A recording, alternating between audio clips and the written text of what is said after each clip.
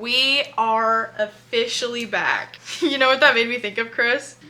You have been promoted. We are officially starting the series, and I'm saying that because after releasing my Assassin's Blade video, Mass posted on her website saying that Assassin's Blade is not supposed to be read first. I read it first because it's a prequel. I'm glad I read it first, but it's not her official canon order of the books. So technically, this is the first video in the series. We are going to be going through Throne of Glass today. Ashley, you said you were going to have this out in February. Why didn't you? Well, because like 100 people watched my Assassin's Blade video, and while I like the videos I make, I don't want to make them and then people actually don't watch them at all because I like it to talk to people about the books. But then last week, this one person commented, please make the Throne of Glass video. I'm waiting on the edge of my seat. I can't read the books, and your video is the only one that has made sense to me about Assassin's Blade. And so I was like, this is my moment. This is what I've been waiting for. Finished my video, I finished all my notes. I have a ridiculous amount of notes. We are going to go through Throne of Glass. I brought the space buns back, and I'm also gonna try to do this in one sitting. We are gonna be in this together. I brought with me a matcha latte, and I brought over all of my other books. I don't read hard copy books anymore. I did, and then when I got to 8 months pregnant, it was just too difficult. I rewatched the Assassin's Blade video I made in preparation for this, and I recorded that video a week before I gave birth, and oh my god, she was so out of breath. There's not gonna be these big sighs, hopefully, while I'm doing this one. There's not a 6-pound baby inside of me. I'm gonna do my best to make this what that video wasn't. 406 pages in this book. I did a lot of my highlighting and notes in the hard copy, but then Kai has just been a lot, so the rest of my notes are actually going to be located in my Kindle. We're gonna be kind of swapping between them.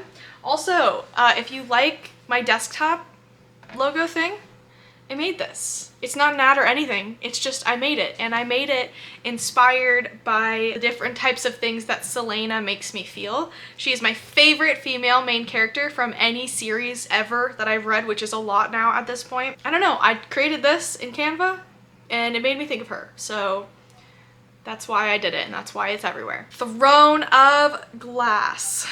My notes for this, oh, and if you want to read these notes yourself, you can actually find them located in the description, and I am going to be showing images of what I thought the characters looked like in my head here, and whichever image is the biggest is the current point of view that this part of the book is in. This book has 5 different POVs, and depending on whose POV it is, that photo is going to be larger than all of the other ones. Let's get into it! I'm so excited! Let this weird book nut explain to you the world of Throne of Glass, because everyone reads ACOTAR and everyone's read Crescent City, but no one, I feel like, publicly loves Throne of Glass. I really feel like it's just me, and this is my favorite series, so let's begin. After a year of slavery in the salt mines of Endovier, Selena Sardathian was accustomed to being escorted everywhere in shackles and at sword point. Where we left off, Selena was taken to the mines of Endovier as punishment for her crimes, which we are pretty sure she was set up for by Arab and Hamel, who is from, again, Assassin's Blade. We got the Assassin's Blade stuff in here. And because I read it first and I can't remove that context from my brain, you're gonna have that context for this video, even though in the current universe canon, you're not supposed to read this book until I think the 3rd or 4th, so you're just gonna get it. I'm sorry, I can't change it. She's being walked around Endovier, like different hallways, by this huge man who we find out is named Kale Westfall. His pronunciation is Kale, but I'm gonna be calling him Kale because that's how I read him in my head when I first read the book. He is the captain of the Aderlan Guard from Rifthold, and she is being like, it's almost like he's trying to confuse her. He's like walking her down different passages and in circles, and because she's like so giga mind, she's like, oh yeah, I'm counting all my steps. We've already been there around this corner and around this corner, and she's blindfolded right now. And it's like he's trying to confuse her about where he's taking her, but all this is doing is actually helping her memorize exactly like all of these different hallways and places in case she were to ever try to escape. And she's super, super terrified that she's actually gonna be like hung, like maybe she's being escorted. It's been a year. He shoves her into a heavily guarded room and takes off her blindfold, and she looks up to see the crown prince, Dorian, and then I've never said this out loud, Havillard. I'm pretty sure it's Havillard or Havillard. This is actually so cool, and they never ever go over this in the entire series, okay? This is never wrapped up, but she actually met and danced and flirted with Dorian in Assassin's Blade, which took me 3 rereads to catch, okay? She doesn't remember that it's him. She doesn't figure that out at any other point in the series later, so that's why I'm telling you right now. It's just this fun little thing that if you didn't catch it, that's super cool. Yeah, it's when she's at the ball scoping out. She's at Leifer's ball scoping out the guy who's the slave trader. And she gets approached by this masked man who is extremely handsome. Dark hair and sapphire eyes. And it's Dorian. And now she's in front of him again, and she's completely unrecognizable. She's covered head to toe in dust and like feces and dirt, and it's just disgusting. She's not had a shower in a year. She just looks emaciated. The only thing she's had to eat is like gruel, and that's if she's even given any. And she's got caked blood everywhere too, because no one has like helped her after all the whippings that she got. So it's just, she looks insane. Cale takes off his hood, and though he is not the most exquisitely attractive man, she does find his ruggishness attractive. The clarity of his eyes are appealing. Also, he's very articulate, according to her. She's like, wow, he's so nice to be surrounded by someone who is articulate. Cale brings Selena in front of the crown prince. She does not bow, and then a man storms up to Selena and like grabs her by her hair and slams her head into the ground. You need to bow before the prince. Dorian does not like this. He literally says, doesn't it defeat the purpose of someone bowing to show their respect if you force them to do it? Like, don't make her bow. She just spent a year. And it's so funny because it's like he's literally the crown prince, and then this duke, his name is Duke Parrington, and he's got dark onyx black eyes, slams her to the ground, and Dorian is like, actually, that's pretty cringe of you. Selena remarks that Dorian is achingly handsome in her head, and princes are supposed to be sniveling, and how unfair for him to be so royally handsome. He has these bright blue sapphire eyes, the colors of tropical waters, and raven black hair. Dorian dismisses Parrington and asks Cale why she wasn't bathed, and he says that he didn't want to keep his royalness waiting. Selena gathers her pride. She tosses her long braid behind her shoulder, trying to appear very haughty. So she's like, yeah, I look like a piece of shit, but like, I'm gonna maintain my pride. And so she starts carrying this like air of heaviness. Selena has brilliant gold around her pupils, which are gray and blue. And she herself has golden blonde hair, like kind of towhead. While some of the prisoners were accused of attempting to practice magic, not that they could, given that magic had all but vanished from the kingdom, these days more and more rebels had been arriving at Endovier, and some days she wondered if they hadn't been better off dying on the butchering blocks. And she wondered this entire time if it might have been better that she had just been killed that night too. That's just a little moment where we are talking about magic in the world, because when you read Assassin's Blade first, there's like almost no magic system in it at all. In fact, I would actually argue that there is no magic system at all. There's only like a brief mention. And then you get into Throne of Glass, and it's immediately like magic and fae and things. So that kind of threw me off when I read it the first time. Dorian says, I don't believe that we've ever had the pleasure of an introduction, but as you probably know, I am Dorian Havillard, Crown Prince of Adarlan, perhaps now Crown Prince of most of Aleria. And you're Selena Sardothian, Adarlan's greatest assassin, perhaps the greatest assassin in all of Aleria. I've heard some rather fascinating stories about you. How do you find Endovier after living such an excess in Rifthold? She thinks, arrogant ass. I couldn't be happier, she crooned as her jagged nails cut into her palms. After a year, you seem to be more or less alive. I wonder how that's possible when the average life expectancy in these mines is a month. Quite a mystery, I'm sure. She batted her eyelashes and readjusted her shackles as if they were lace gloves. So she's really trying to be like, She doesn't sound like a member of the rabble. I should hope not, Selena interjects. Your Highness, Cale Westfold snaps at her. And she goes, what? And he goes, you will address him as Your Highness. And she literally rolls her eyes. And you never tried to escape? She says, once, as a slow, wicked smile spreads across her lips. Dorian says, I wasn't told that. And Kale, who gave his prince an apologetic look, says, the chief overseer informed me that there was one incident 4 months, she interrupts. One incident 4 months after she arrived, she attempted to flee. Selena says, that's not even the best part. Dorian says, there's a best part. Kale glares at her before she starts speaking. There's no hope of escaping from Endovier. Your father made sure that each of Endovier's sentries would shoot a squirrel from 200 paces away. To attempt to flee is suicide. But you're alive, the prince says to her. Selena's smile faded as the memory struck her. Yes. What happened? I snapped. That's all you have to offer for such an explanation? Kale Westfall demanded. She kills an overseer in 23 centuries before they caught her. She was a finger's tip from the wall before the guards knocked her unconscious. So? Dorian said. So, do you know how far the wall is from the mines? From my shaft, it was 363 feet. So, Dorian repeats. Captain Westfall, how far do slaves make it from the mines when they try to escape?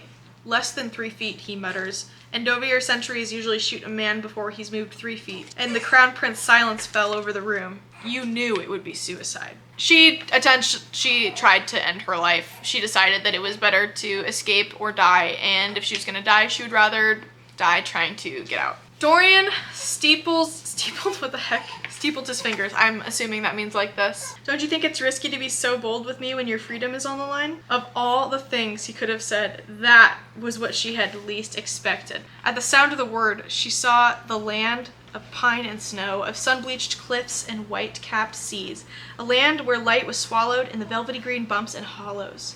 Yes, your freedom. So I highly suggest, Miss Sardothian, that you check your arrogance. My father has gotten into his head that he needs a champion, and it took her one delicious moment to understand.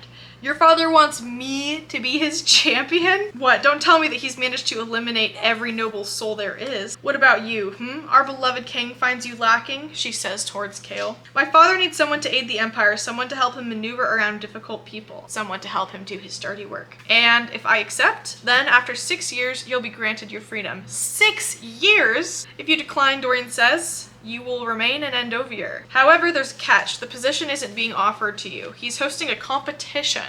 23 members of his council will each have a champion, and if you are to win, you will officially be Aderlin's assassin. Who are my competitors then? Thieves, assassins, and warriors from all across Ilaria. And while you're his champion, you will also receive a considerable salary. Who are the other assassins? None that I have heard of, none as famous as you. And that reminds me, you also won't be competing as Selena Sardothian. So I'm slaving away in that miserable place for a name and title that won't even belong to me. If you're willing to fight for me, to be my champion, I will see to it that my father frees you after 5 years. And you've been in Endovier for a year, so who knows if you're even still capable of this. Well, I think being Aderlin's assassin exceeds any sort of proof you could need. Yes, it proves that you're a criminal, Kale says. Kale, by the way, I just want to say, is such a freaking cop. Like, this entire time. And it is so obnoxious. He is literally just this, like, lawful, I want to say neutral person. Sometimes I feel like he's lawful evil, because the good that he thinks he's protecting is actually evil, but he doesn't know that, so he thinks he's lawful good. Anyways, he is just a very complicated character. So you're not going to take the offer, he says. Of course I'm going to take the offer, but I will do it if you agree to free me in 3 years, not 5. He says 4, and she goes, fine. It is a bargain. So they make this deal, which is a death game, and this book is what got me into death games in the first place. I love them. She will compete in a competition, which we do not know if it is to the death at this point, but it kind of seems like it, where she will either compete in this competition in order to win and become the king's champion, or she will fail and either die or be returned to Endovier, where she will die. So for her, all intents and purposes, for her specific situation, she will either win or die. And she's got to compete for, like, her biggest enemy in the entire world, who is the crown prince of this kingdom, who has done some horrible atrocity to her in the past, which we are not yet aware of. She is thoroughly bathed and dressed and then pulled into a real room with a real bed that night in Endovier, where she is allowed to sleep. And she literally passes out on the bed. She does try to eat some food, but because she's only been used to gruel, she is completely unable to eat the food and just throws it up everywhere. Her body is completely unused to it. She looks at herself in the mirror and she decides that she can gain back all of her muscle. She just has to eat. She has to eat like a lot of food in order to gain back all this muscle and ability that she's lost. And after she is able to gain all of that back, then she will be in prime fighting shape. As they depart, Kale chains Selena to himself with a very long chain, and she tries to chat with him, but he really does not like her. Eventually she points this out, and it bugs him about like what title he must have had in the past for him to even be there in the first place, because he's the son of a duke, but he's not a duke himself. He's not a lord or anything. And Kale's like, can you just shut up? And she's like, no, like, I'm so confused about your title. And she brags about how she's achieved so much. She's like, well, aren't you interested in me and how I've achieved so much? She's like trying to brag to him. And he points out that crime isn't something to be proud of, and this begins this very like long-lasting cop arc that Kale has. We get some Oakwald Forest magic lore. This is the forest that they have to travel to get to Adderlin. The guards talk about how much they hate this forest, and Selena defends the forest and tells them to mind their mouth because the trees will still remember. A guard says that they definitely can't, and Selena says the Fae were immortal, and he retorts, but the trees ain't. Then she recalls how magic had disappeared and her own dangerous abilities with it, and she was actually glad to no longer have magic, as hers would have likely killed her by now.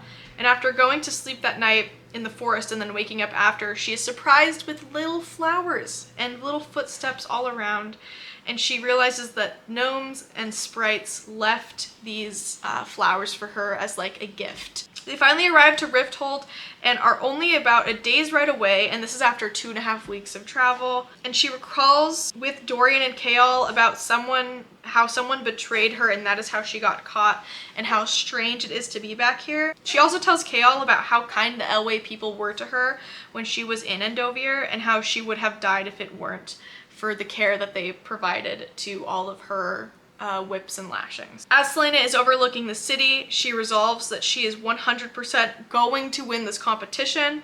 She will win and then serve the king, and then once she has completed her contract with the king, she will disappear into a realm where magic exists. All of the Fae were executed and magic is completely gone. She is not fated for anything anymore. Then we get a Dorian POV. Dorian is watching Selena sit with her knees to her chest in the moonlight coloring her hair. He thought that she was very beautiful, if not a bit strange and sour. No bold swaggering expression strutted across her face as the glow of the castle rippled in her eyes. No one had to remember she was an assassin with the blessing of a pretty face and sharp wits. She would sooner slit his throat as she would offer him any kind words. He sighs as she was his champion, there to fight for him and her freedom. The image haunted his dreams that night of a lovely girl gazing at the stars, and the stars who gazed right back at her, which I just thought was a cute little line. As they rode into the city, Selena was on a horse with Kale in front of him, parading through the entire town. To everyone, she appeared some wealthy, important court lady, and so she acted as one. Dorian was winking and smiling and giving all the ladies attention, and so she did the same to the men, batting her eyelashes at them.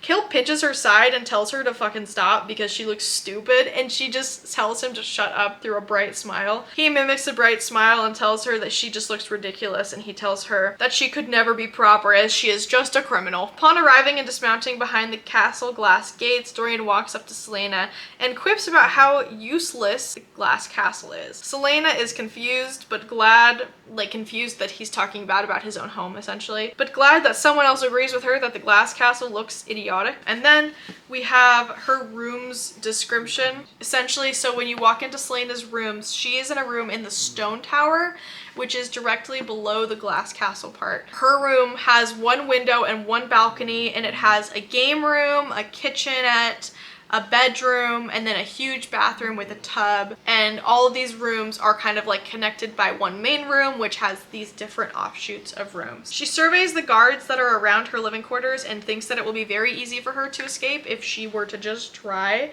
And eventually, while she's walking around looking for any kind of weapon that she could keep for herself, she fashions a comb into a really weird looking shiv with some bands. And then to keep it together, she kind of like sticks a bunch of things into it, and she holds it up and frowns at it as it kind of just looks like a miniature mace. essentially. She falls asleep on her bed and has some fittings for clothing, and after 2 hours of pampering and getting cleaned up, she looks unrecognizably beautiful. "Philippa Spindlehead," the woman said, rising, "your personal servant, and you must be Selena Sardothian," she said. "Keep that to yourself, miss. I'm the only one here who knows, and the guards, I suppose. Other people think that you're just another lady friend of the prince." "Another?" Selena says. Philippa smiles. "He has a big heart, His Highness." She wore a dress with skirts and long sleeves of white, streaked and spotted with orchid purple. The indigo bodice was bordered with a thin line of gold, and an ice-white cape hung from her shoulders. Her hair, half up, twisted with a fuchsia ribbon, fell in loose waves. Then we get a Dorian POV. The Crown Prince of Aderlin stares at his father unblinkingly, waiting for him to speak. Holland, who took after the king and was his brother, had a sharp-eyed face, but Dorian, tall, toned, and elegant, bore no resemblance to him. And then there was the matter of Dorian's sapphire eyes, which not even his mother had. "She has arrived?" his father asked. "She shouldn't pose any threat or problem while she's here," Dorian said calmly. Picking Sardothian is a gamble, a bet against his father's tolerance, and he was about to see if she was worth it. "You think like every fool she's ever murdered.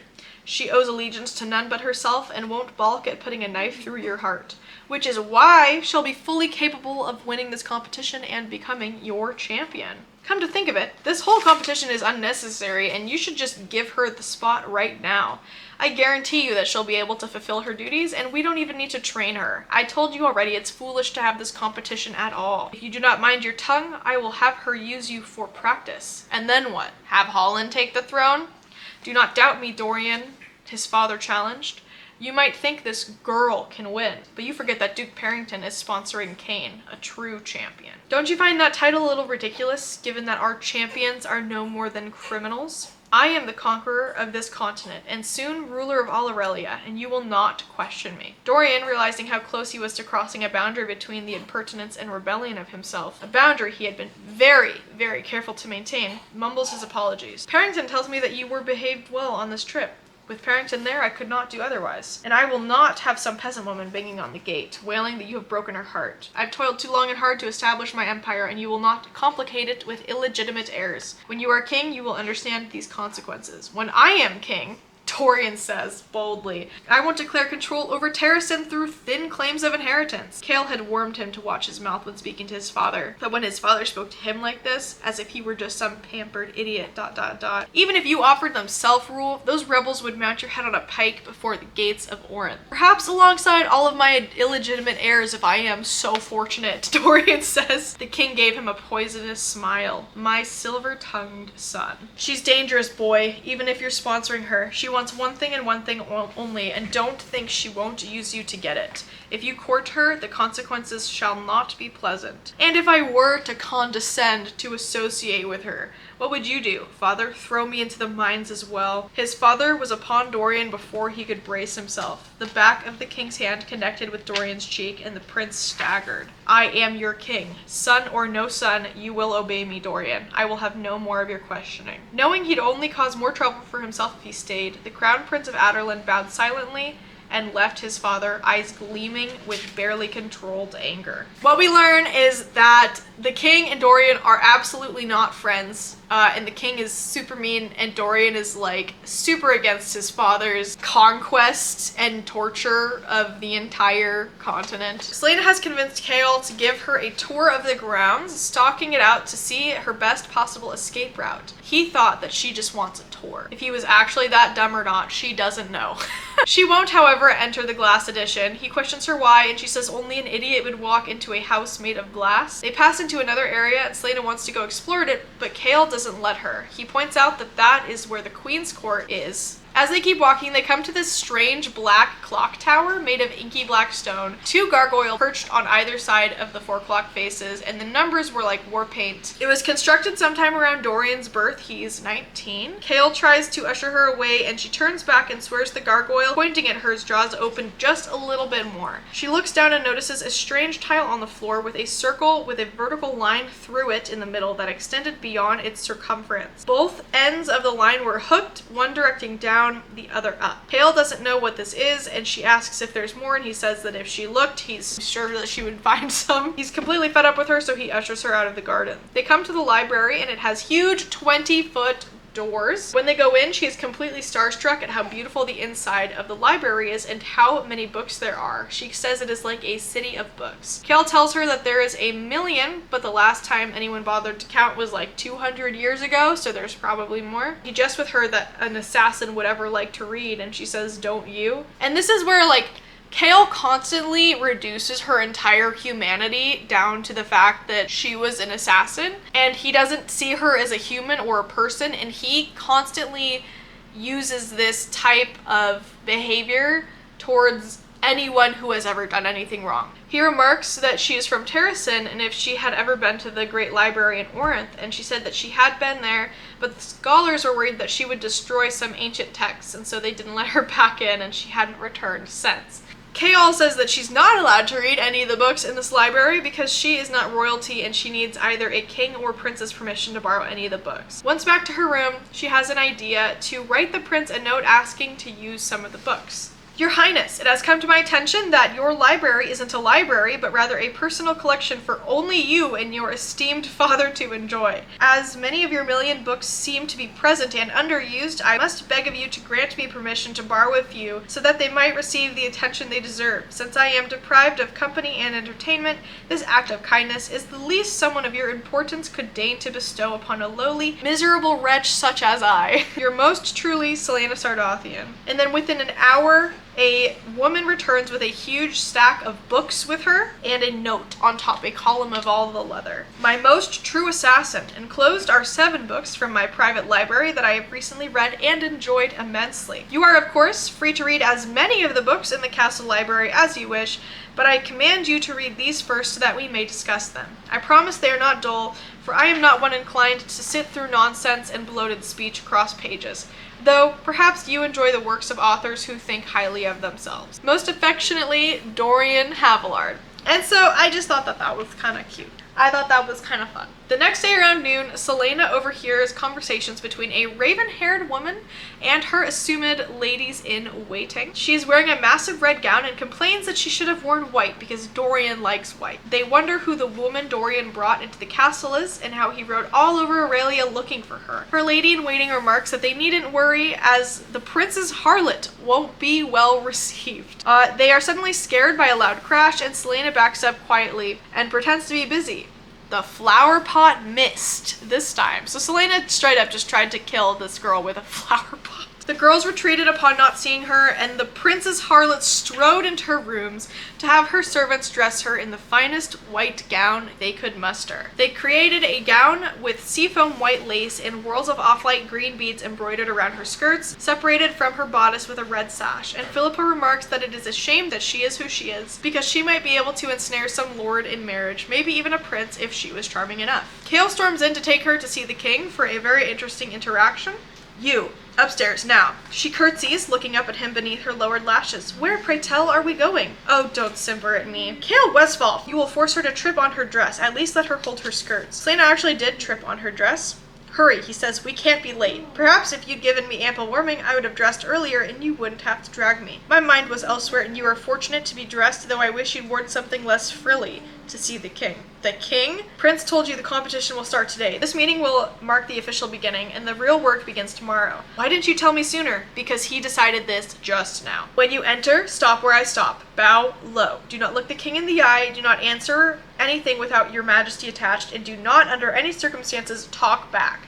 He will have you hanged if you displease him." Kale stopped before rounding a corner and took a look at her. "You are pale." She hated corsets, she hated the king, and she hated glass castles. "Selena." She blinks, her cheeks burning. "He's just a man, but you should treat him with the respect his rank demands. This meeting is only to remind you and the other champions of why you're here, what you are to do, and what you stand to gain. You are not on trial, and you will not be tested today." Selena starts to pale in the face and turning a bit green. "Selena." His eyes were rich, molten brown. "Yes," her heartbeat steadies. "You look rather pretty today," is all he says. The king welcomes them all into a room There's like a bunch of men, 23 of them are between Selena and her freedom. There are 13 weeks with one elimination round a week. The king says that some of them will die. He will also be gone until Yulemas, and once Yulemas, it's like Christmas. Once they reach Yulemas, there will only be 4 weeks left of the competition. Selena the entire time is trying to keep her eyes from him, but eventually she looks him directly into the eye and she does not break eye contact until she bows her head again. Dorian makes a show of interrupting his father constantly to ask to be dismissed, and Selena winks at his impertinence. And the king dismisses Dorian. Kale leads Selena out of the room, and as they exit, Kale lets loose a deep breath and Selena mildly is startled by Dorian's voice. Dorian calls her pretty and beautiful. Kale and Selena are briefly trying to ignore Dorian as they walk, and Dorian keeps toying with Selena as they walk, continuously calling her very beautiful. They inform her that she will also be using an alias while competing to keep her identity safe, which is Lillian Gordiana, a jewel thief from Fenharrow. This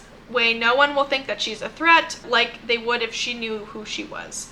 She was unhappy about this because this entire time she had worked for her reputation, all to be reduced to some random nobody jewel thief. And that is when they bump into Kaltane, who is the woman from earlier. They suddenly hear, "Your Highness, what a surprise!" The voice was high but smooth and calculated. Kaltane had changed, now wearing a gold, beautiful white gown. Woman had probably been waiting here for a while is the intention that they got. So she was like, she changed into an outfit she thought the prince would like more and then stuck out this specific spot. "Lady Kaltane," Dorian said tersely, his body tensing. "I'm afraid you haven't been introduced to my friend. Allow me to present Lady Lillian Gordiana.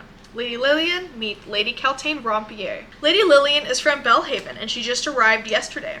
How long will you be staying with us?" "Only a few years," Dorian says with a sigh. "Only? Why, your highness, how droll. That is a very long time." Selena studied Kaltane's narrow waist. Was it really that small, or could she even breathe in her corset? She caught a glance exchanged between the two men, exasperation, annoyance, and condescension. "The Lady Lillian and Captain Westfall are very close companions," Dorian said dramatically. To Selena's delight, Kale blushes. "It will feel short for them, I assure you." "And for you, your highness?" Kaltane asks coyly. Sealed edge lingered in her voice. Mischief coils and spring within her, but Dorian answers, "I suppose," he drawls, turning those brilliant eyes onto Selena and taking her hand. "It will be difficult for Lady Lillian and I as well. Perhaps more so." Kaltane snaps her attention to Selena. "Wherever did you find that dress?" she purrs. "It's extraordinary." Before Selena could answer, Dorian says, "I had it made for her," casually picking at his nails. "It does look extraordinary on her, doesn't it?" Dorian and Kale hate Kaltane. Kaltane obviously loves Dorian, and it's just this funny scene because Dorian is like going out of his way to be like, ew. But look at how wonderful Selena is. Selena pats Kale's arm as she takes it in her own. "Now you must actually pretend to like me or everything will be for naught. You and the Crown Prince share the same sense of humor, it seems. Perhaps he and I will become dear friends, and you will be left, Kale, to rot." Dorian is more inclined to associate with ladies of better breeding and beauty, and she whips her head at him and says, "How dare you?" "Her father is as rich as a king," Kale says. "I suppose that is why Parrington is so infatuated. She arrived here in little bigger than most peasant huts, and it was carried here all the way from her home, a distance of 200 miles. What debauchery! I pity her servants. I pity her father." They chuckled, laughing over Kaltane, and he lifts the arm linked to her a bit higher and closer. She faces Kale. "Are you eating lunch? I'm starved." He says, "I have important work to do." She opens the door but looks at him. A tiny freckle upon his cheek moved upward as a smile spread. "What?" she asks. Kale shook his head. "Adderlin's assassin. The competition actually begins tomorrow, and if you're as fantastic as you claim to be, you are going to need every moment of sleep you can get." I'm back with a baby. The next day, Selena is rudely woken by Kale, who is getting her ready for training. He rips the sheets off her bed, and her nightie is pulled like all the way up. Awkward.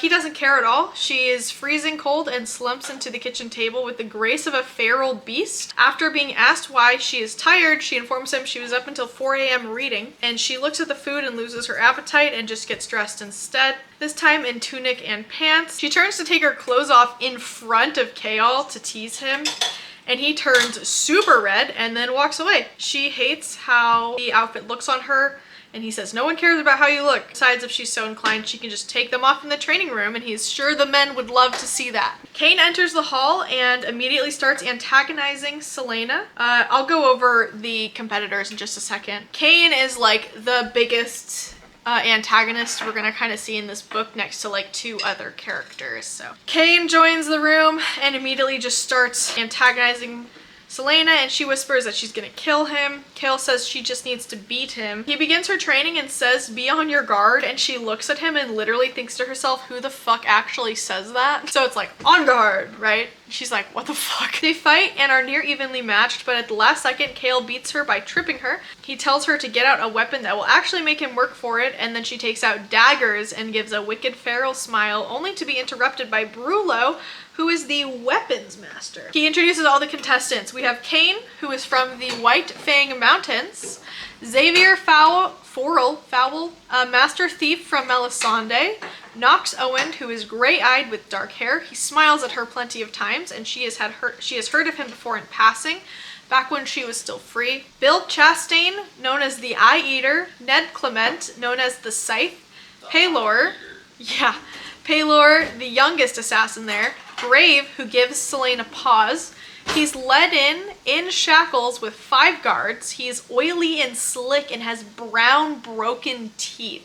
Selena thinks to herself that that kind of man doesn't just stop at murder if his victims are female, which is like horrible. She complains again to Kale about her alias, and he explains how smart it is and that she just is gonna hate anything he says anyways. They have a running workout, which is the first time they work out as a group, and Selena maintains being at the center of the group. It is harder than she thinks though, and at the end she has to excuse herself to go vomit in the woods, which she disguises as having simply dropped a ring behind a bush. They were released at lunchtime, and she goes back to her rooms, and Kale shows up unannounced, which is like the first time this happens out of many times that this will happen. Selena is halfway through her meal, shoveling meat and bread down her throat. She says, what are you doing here? He says, what?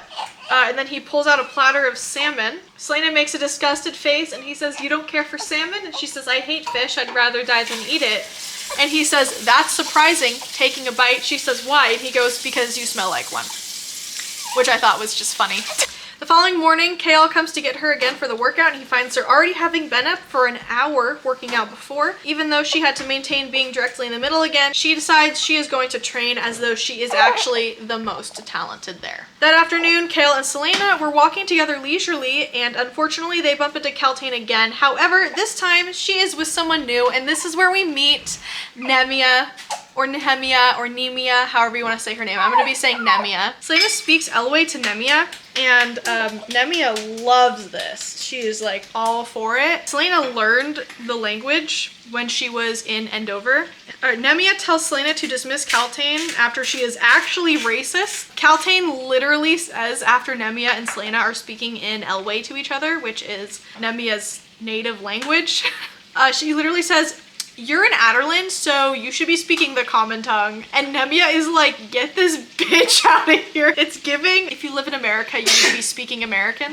Bless you, Chris. Nemia and Selena continue to walk together. Kaltain was being insufferable to Nemia, like unhappy that she had to even be escorting her in the first place anywhere. Selena keeps giving these like false translations to Kale of what Nemia is saying, and then she gives him like the real translation, so she's just essentially like giving him this runaround. Kale ensures that Kaltain won't ever be escorting Nemia again. Nemia asks if they can be friends. Selena says yes, and remembers how she told herself she wouldn't be friends with another woman again after what had happened in the past, which she's obviously referring to what happened with Ansel in the desert.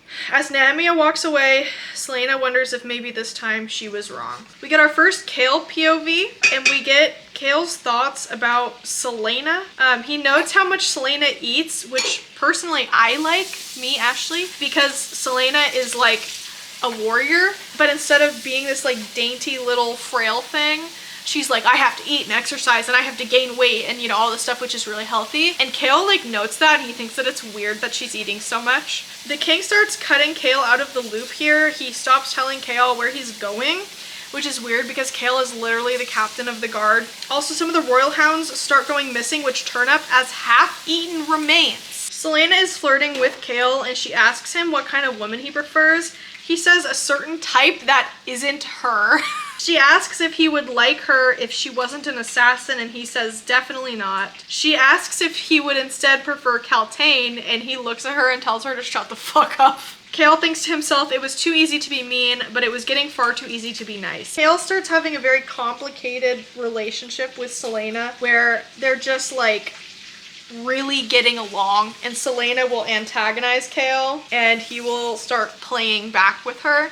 They're, you know, waking up every day, they're working out together for like the whole day, and then they're training together in the evenings after that. So they are truly spending like all of their time together. Another POV, which is Selena. Over the next 4 days, Selena wakes up early to train and run with Kale. Every day she goes farther in her runs, and then after they'd train in a room privately away from the competitors' eyes, then they'd have lunch together, and after they would train with the rest of the competitors. However, something was very off today because Kale never came, not for the run or for breakfast, and then when she showed up to training, there was a huge scene. The competitor walks up to Selena and asks what she thinks about it, and she only says, "Captain Westfall didn't come to train me this morning." He tries to introduce himself as Nox, but she says that she knows who he is and dismisses him. He thanks her and says that Kane makes him feel invisible. Selena notes that Kane has onyx eyes and has a huge black ring on his finger, which is definitely not optimal for practice. One of the smaller assassins walks up to them. His name is Pelor. He is very small and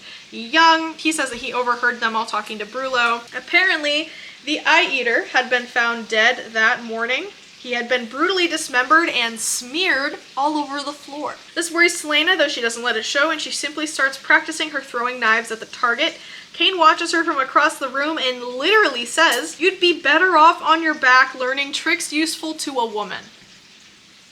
So that's awesome. Nox tells her not to listen to Kane and that he would have no idea what to do if a woman walked stark naked into his room. Selena throws another dagger and it nearly lands inside the other dagger, if metal could cut metal like that. Nox notes her impressive aim and she counters, "For a girl," and he just looks at her seriously and says, "No for anyone." Small tangent, I do think Nox and Selena would be like a really cute couple. She teaches him how to throw a dagger properly, and he says that they should partner next time they have to spar together. And from that moment on, they are sparring partners forever. Later that night, Kale comes to Selena's quarters and hangs out, and she is confused by this, and he also is too. He doesn't know what drove him to show up at her quarters, but they hang out for quite a few hours. He shares his backstory with her since he was supposed to be a duke, and he tells Selena about how Dorian convinced him to come to the castle since they were such good friends. Because this wasn't allowed for Kale as he was the duke's first in line, Kale abdicated his throne back in his home country or province or whatever. That is what let him move to Aderlin and become the actual captain of the guard. Kale notes that the first test is the next day and he asks her if she's ready. She lies and says of course. Test 1, this overall chapter really isn't that interesting. It's a bow and arrow test in which you must hit 5 targets in a row, each farther and farther back than the one before. I think the farthest one is like 200 feet away, really, really far away. I don't know if that's exactly how far away it is, but she notes that you can barely see it from where you're standing. Whoever does the worst is the one that gets eliminated. And so all Selena has to do is just hit the targets and she will win. Kane goes and hits the targets and he bullseyes all of them except for the last 2, which he only got in the red ring around the center and not the black dot, which is like dead, right? Selena hits all of them dead center. This instantly marks her as a target for Kane and she leaves the first trial, feeling as though even though she won the trial, she did not actually win anything at all. It's now been 3 days since the first test and 10 since her arrival in Rifthold. The next elimination is 4 days away and she was in the middle of puking her guts out after her run with Kaol. As she's throwing up, she feels him staring at like the back of her neck where some of her lashing scars are sticking out. She asks him if he's staring and he says he is. He asks her how she got them and she explains that she got them on her first day in Endovier. He says, "What did you do to deserve it?" And she goes, "Deserve it? No one deserves to be whipped like an animal. I was dragged out to the center of camp and whipped 21 times. And he says, "No one helped you?" Like, sir. In the morning, a young woman helped me by slipping me a tin of salve. However, I never got to thank her, as the next day, 4 guards, her and killed her. That said, I did repay them all for how they treated her on the day that I snapped, and they all died too quickly. But you were a woman in Endovier, didn't you ever? And Selena takes a deep breath and he stops talking. She says that everyone was too afraid of her to hurt her, and after the day where she nearly touched the wall, no one ever went near her again. Later in the afternoon, Selena was in the middle of walking into the training room when she and Nox heard a terrible noise. She turned around just in time to see one of the largest champions shove a soldier off of the balcony, which was about 25 feet. The soldier landed head first on the marble with a very loud crack, and he was instantly unconscious. None of the other champions moved, and they like slowly lifted their hands because they did not want to, you know, all just be murdered. All they could do is pray that they would not be executed. Kale and his men moved so fast that the fleeing champion never had time to even make it to the door before multiple arrows were shot through his neck. Everyone was stunned because they just killed him. He was alive 1 second and dead the next. Nox started talking to himself and said that he was given immunity by his sponsor, and that if he competed, he would never go back to prison. And he and all the other champions were like just in shock. They were just like, oh, he was literally alive and now he's dead. Then we get a Dorian POV, which are some of my favorites. Dorian is attending court with his mother, and he is completely bored out of his mind. He's concerned about all the happenings in the castle, but trusts that Kale will handle it. The queen wants Dorian to find a bride, and she hands him a list of all eligible women and says it is too bad Keltane has already promised to Parrington because otherwise they would be a great match. He goes, oh yeah, that's too bad. The queen also notes that there's another really, really good match named Elise. The queen says, Elise is quite beautiful and very playful, and he thinks to himself, as I've already learned. Dorian is just really so obsessed with women. Like his whole personality is like he is the prince, and also he just wants to like sleep with women, but not like in a mean way. He's very like charming and witty, but he's definitely like that guy. Queen says, oh Dorian, you're not about to tell me that you wish to marry for love, are you? He says that he thinks to himself how bored he is, bored of these women, of these cavaliers who are masqueraded as champions, and just bored of everything. He says that he will marry for love and nothing else, and his mother says he is a fool. After leaving the council, he is looking for literally anywhere to go. He rounds a corner in the gardens and he hears a clash of weapon and clapping as Nemia and Selena are battling in combat. Dorian didn't know where he was going now. He just needed to walk anywhere. The clash of swords echoed from an open doorway and he pauses. There she was. Her golden hair shone as she wove in and out of a knot. Someone began clapping to the left and the 4 dueling figures stopped, panting. Dorian watched a grin spread across the assassin's face as she beheld the source. Yes, she was truly lovely. Dorian takes Selena's hand and it smells of metal and sweat, but he kisses it anyway, raising his eyes to her face as he does so. Lady Lillian. Your Highness, she says, trying to pull her hand from his, but he like has a death grip on her hand. May I have a word? He says, and then he pulls her into a corner and he's like, where's Kale? And she's like, is this any way to speak to your beloved champion? And he goes, where is he? And she goes, I don't know. If I were to bet though, I'd wager that he's inspecting the Eye Eater's mangled corpse or disposing of Sven's body. Rilla said I could stay here as long as I wanted after we were done. I do have another test tomorrow, you know. He goes, why is Nemia here? She says, oh, she called on me. When Philippa told her I was here, she insisted on joining. And he goes, I don't recall you being so talkative. And she goes, well, if perhaps you'd taken the time to speak with me, you would have found me to be so. He snorts and says, when would I have spoken to you? And she goes, you do recall the fact that we traveled from Endovier for 2 weeks, and I have been here now for 2 weeks. And he goes, I sent you those books. And did you ever ask me if I had read them? And then he goes, in his head, has she forgotten to whom she was speaking? He goes, I've spoken to you once since we've been here. And she shrugs and turns away, irritated but slightly curious. He grabs her arm.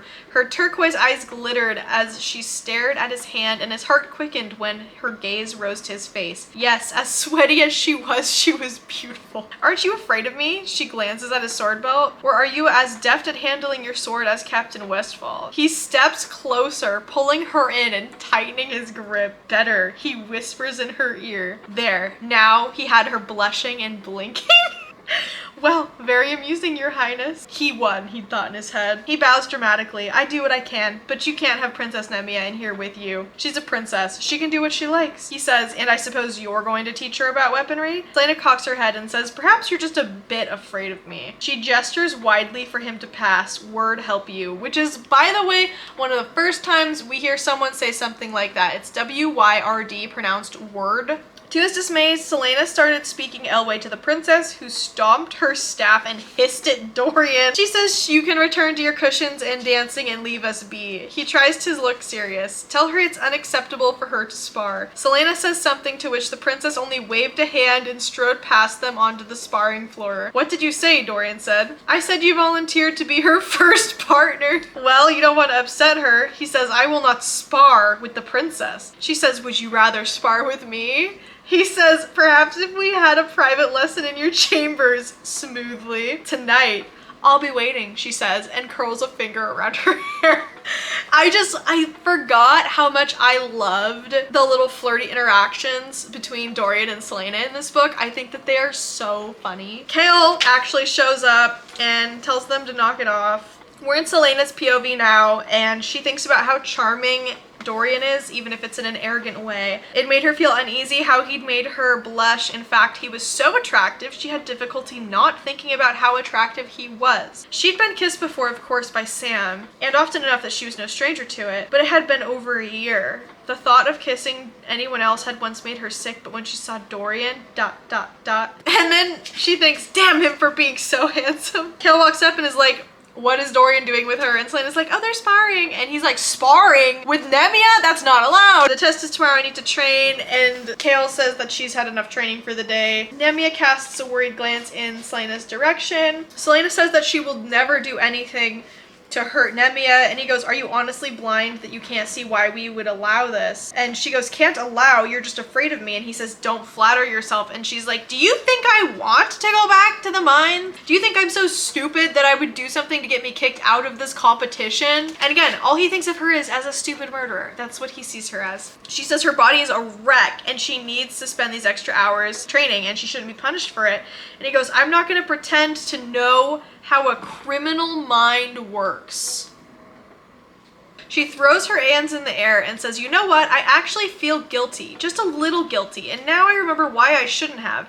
I hate sitting around, locked in my room, bored out of my senses. I hate all these guards and nonsense. I hate you telling me to hold back when Brulo sings Kane's praises and I'm just there, boring and unnoticed in all the middle. And I hate being told what I can't do, and I hate you most of all. Are you finished? He says. There was no kindness in his face. She clicks her tongue and leaves, her fist aching to bash in his teeth down his throat. Then we get a Kaltain POV.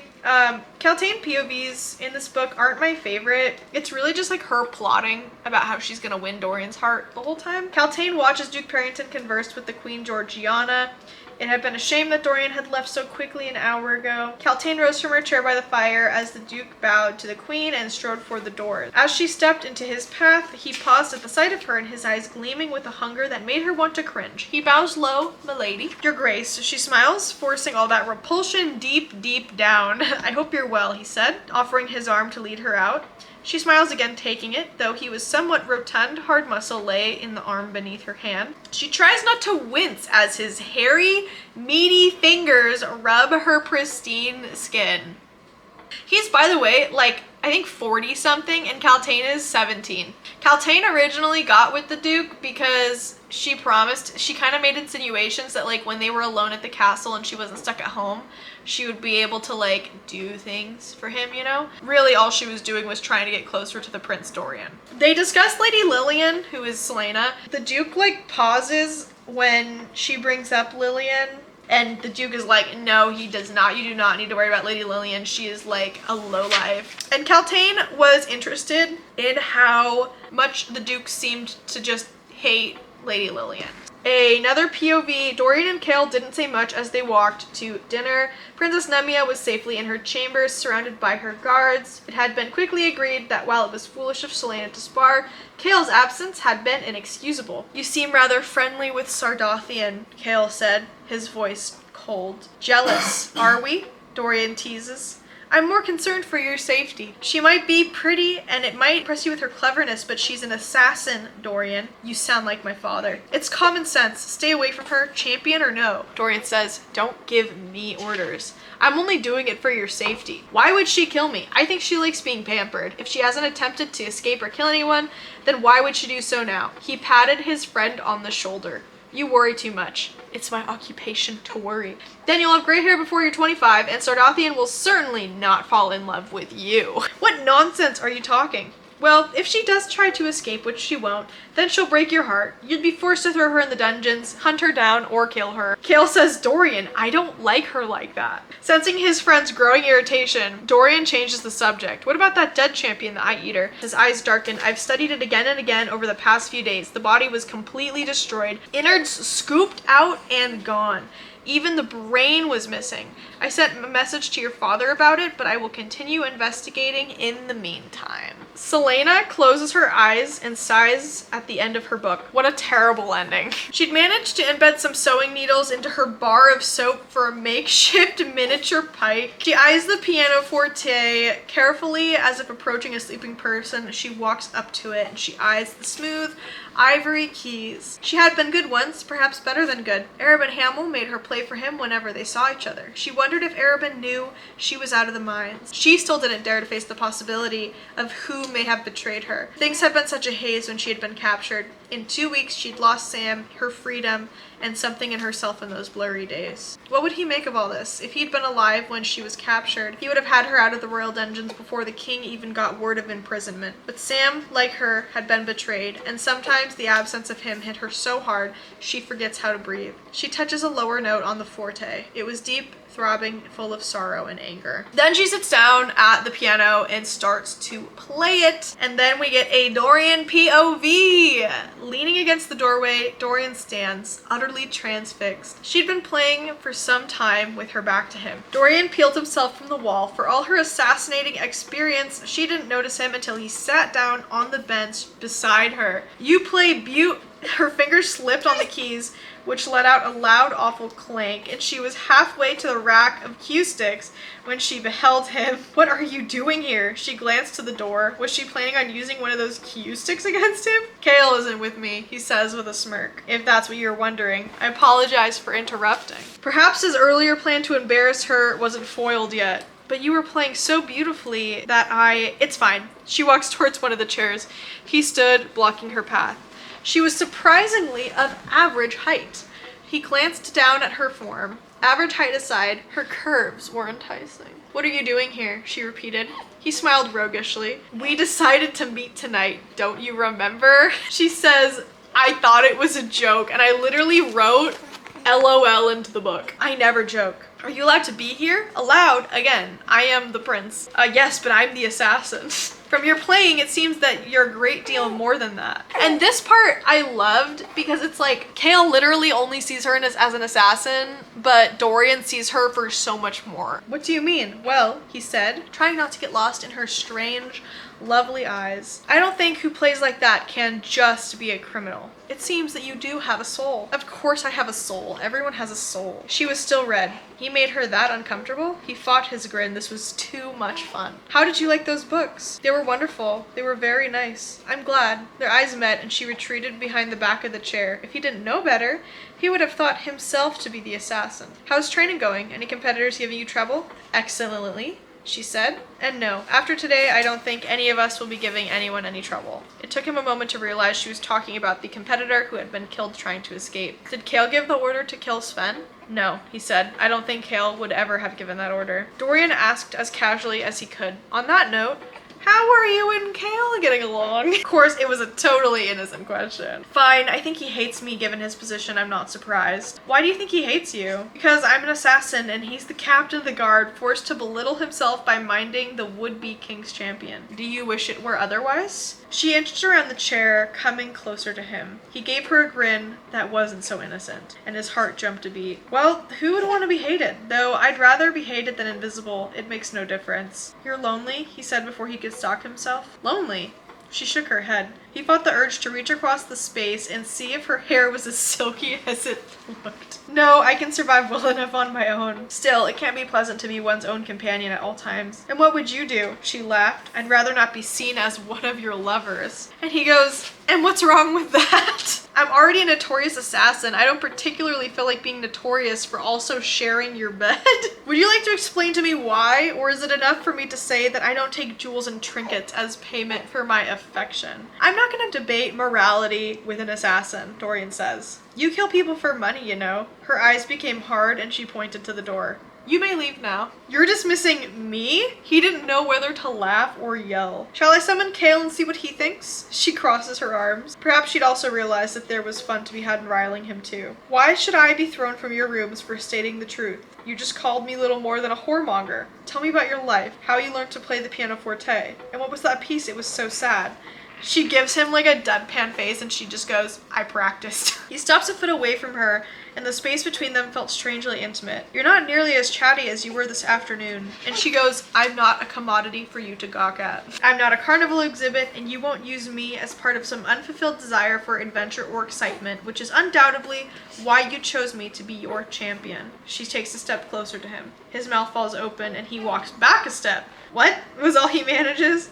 She says, did you honestly think I wouldn't realize why you came here tonight? As someone who gave me The Crown of a Hero to read, which suggests a rather fanciful mind that yearns for adventure. I don't think you're an adventurer, he mutters. Oh, the castle offers so much excitement that the presence of Adderlin's assassin is nothing? I'm already at your father's disposal. I won't become a jester for his son too. He had never been scolded like this before by anyone in his life.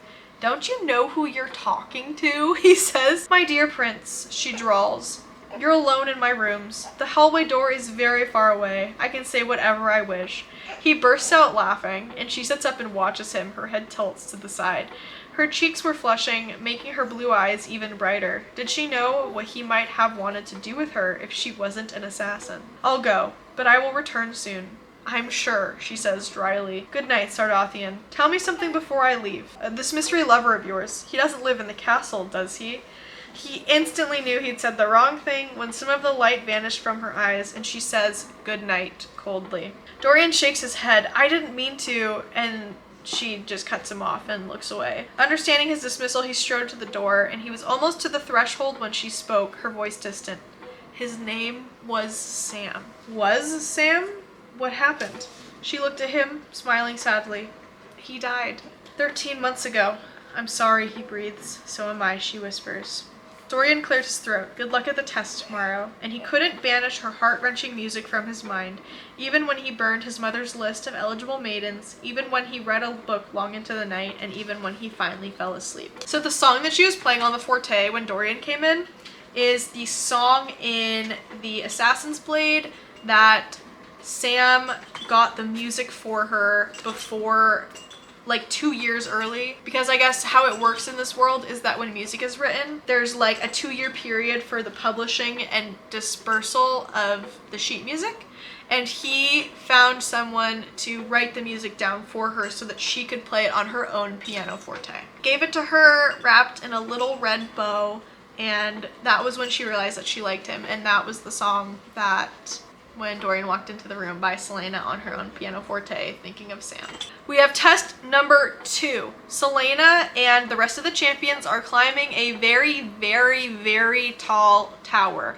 Each of them were given only one item to aid them in their scaling of the tower, to which they had to get to the top and claim the flag for themselves, and then that would be the winning. Selena is scaling a gutter, which is a more straightforward path the rest of the men couldn't take because none of them were as like slender and small and dainty as she was, obviously, because she's competing against a bunch of men and the gutter would just fall off the side. She used a little tin of tar to attach to her fingers and toes, and she's like scaling up. As her hands suction onto the stone, Selena heaves herself upward just in time to hear a shriek, a thump, and then silence. A competitor had fallen, She looked down and beheld the body of Ned Clement, the murderer who had called himself the Scythe and spent years in the labor camp Cocola for his crimes. She shimmies up the drain pipe, her thighs clinging to the iron. The other competitors shuffled along, following Kane's path. Grave was causing a backup because he couldn't manage to toss his rope around the gargoyle's neck as Kane had. Varen nudged the assassin aside and moved past him, easily securing his own rope. Nox, now behind Grave, made to do the same, and Grave started cursing at him,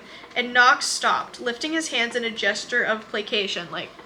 Smirking, Selena braced her blackened feet on the stabilizing bracket holding the pipe in place. She would soon be directly parallel to the flag, and then only 30 feet would separate her from it. Selena eased farther up the pipe, her toes sticking to the metal. It was then that she heard Nox shout, and Selena looked in time to see Grave shove him from their perch atop the gargoyle's back. Nox swung wide, and the rope wrapped around his middle, going taut as he collided with the castle wall below. Selena froze, her breath catching as Nox scraped his hands and feet against the stone to catch hold. But Grave wasn't done. He bent down in the guise of adjusting his boot, and Selena saw a dagger glint in the sunlight. How the hell had he gotten that weapon past the guards? Selena's warning cry was carried away by the wind as Grave set to sawing the rope. If Nox died, it was one less competitor, and Selena knew she should keep going, she should keep moving. But something kept her rooted to this spot. Nox couldn't find a hold on the stone wall, and without a nearby ledge or gargoyle to grasp, he had nowhere to go but down. One by one, the threads of his rope were snaring beneath Grave's dagger, and Nox, sensing the vibration, looked up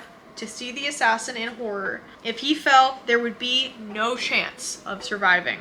They're like 75 feet up in the air. The rope groaned and Selena moved. She slid down the drain pipe, the flesh of her feet and hands tearing open as the metal cut into her skin, but she did not stop to think about the pain. The mercenary had already tied one end of his climbing rope around the gargoyle's neck, and now she seized it and wrapped the other with her own waist. So she's essentially confiscated a rope that one of like a different separate competitor than any of these other ones was in order to try to save Nox. The rope is long enough, strong enough, and the 4 gargoyles perched beside hers would provide enough space to run. Touch this rope and I gut you, she warns the mercenary. Nox shouted at Grave, and she dared to look to where the thief dangled. There was a sharp snag of rope breaking, and Nox's cry of fear and rage. Selena took off, sprinting across the backs of 4 gargoyles before she launched herself into the void. Selena kept her focus on Nox, falling so fast, so far from her outstretched hands. People shouted below, and the light bouncing off the glass castle blinded her.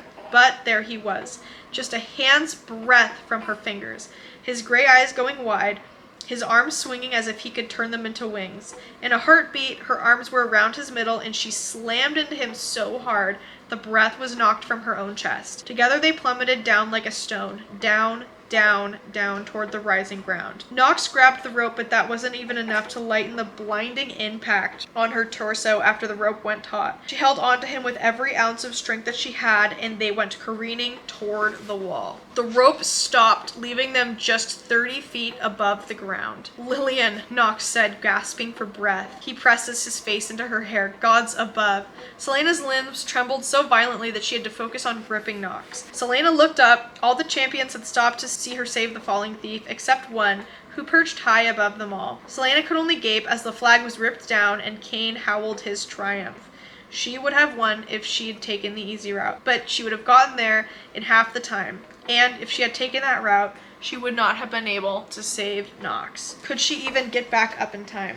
So carefully, she pulls herself up. I'm sorry, Nox breathes, his legs knocking into her as he also looked for a foothold. It's fine, she told him. It was so foolish of her to save him. What the hell had she been thinking? They finish the trial. She saves Nox, which immediately makes her stand out like even more than she had before. She takes second to last place. Nox technically takes the last place, but because another champion died, Nox is not eliminated because he technically wasn't last, since there was someone who didn't make it up at all. Selena and Kale kind of like make up-ish, and Selena thinks to herself that She always thought that it would be her and Kane at the very end, but now she's wondering if she'll even make it that long at all. So tests 3, 4, and 5 pass in the span of 2 weeks. And that is not me skimming over it, that is the book. Selena passes all of the tests, which were stealth and tracking. Dorian has not since returned to her rooms, and Selena was left to herself outside of training. Selena has a horrible nightmare and wakes up to find Kale in her room. He had come to see if she was going to be going to Samhain.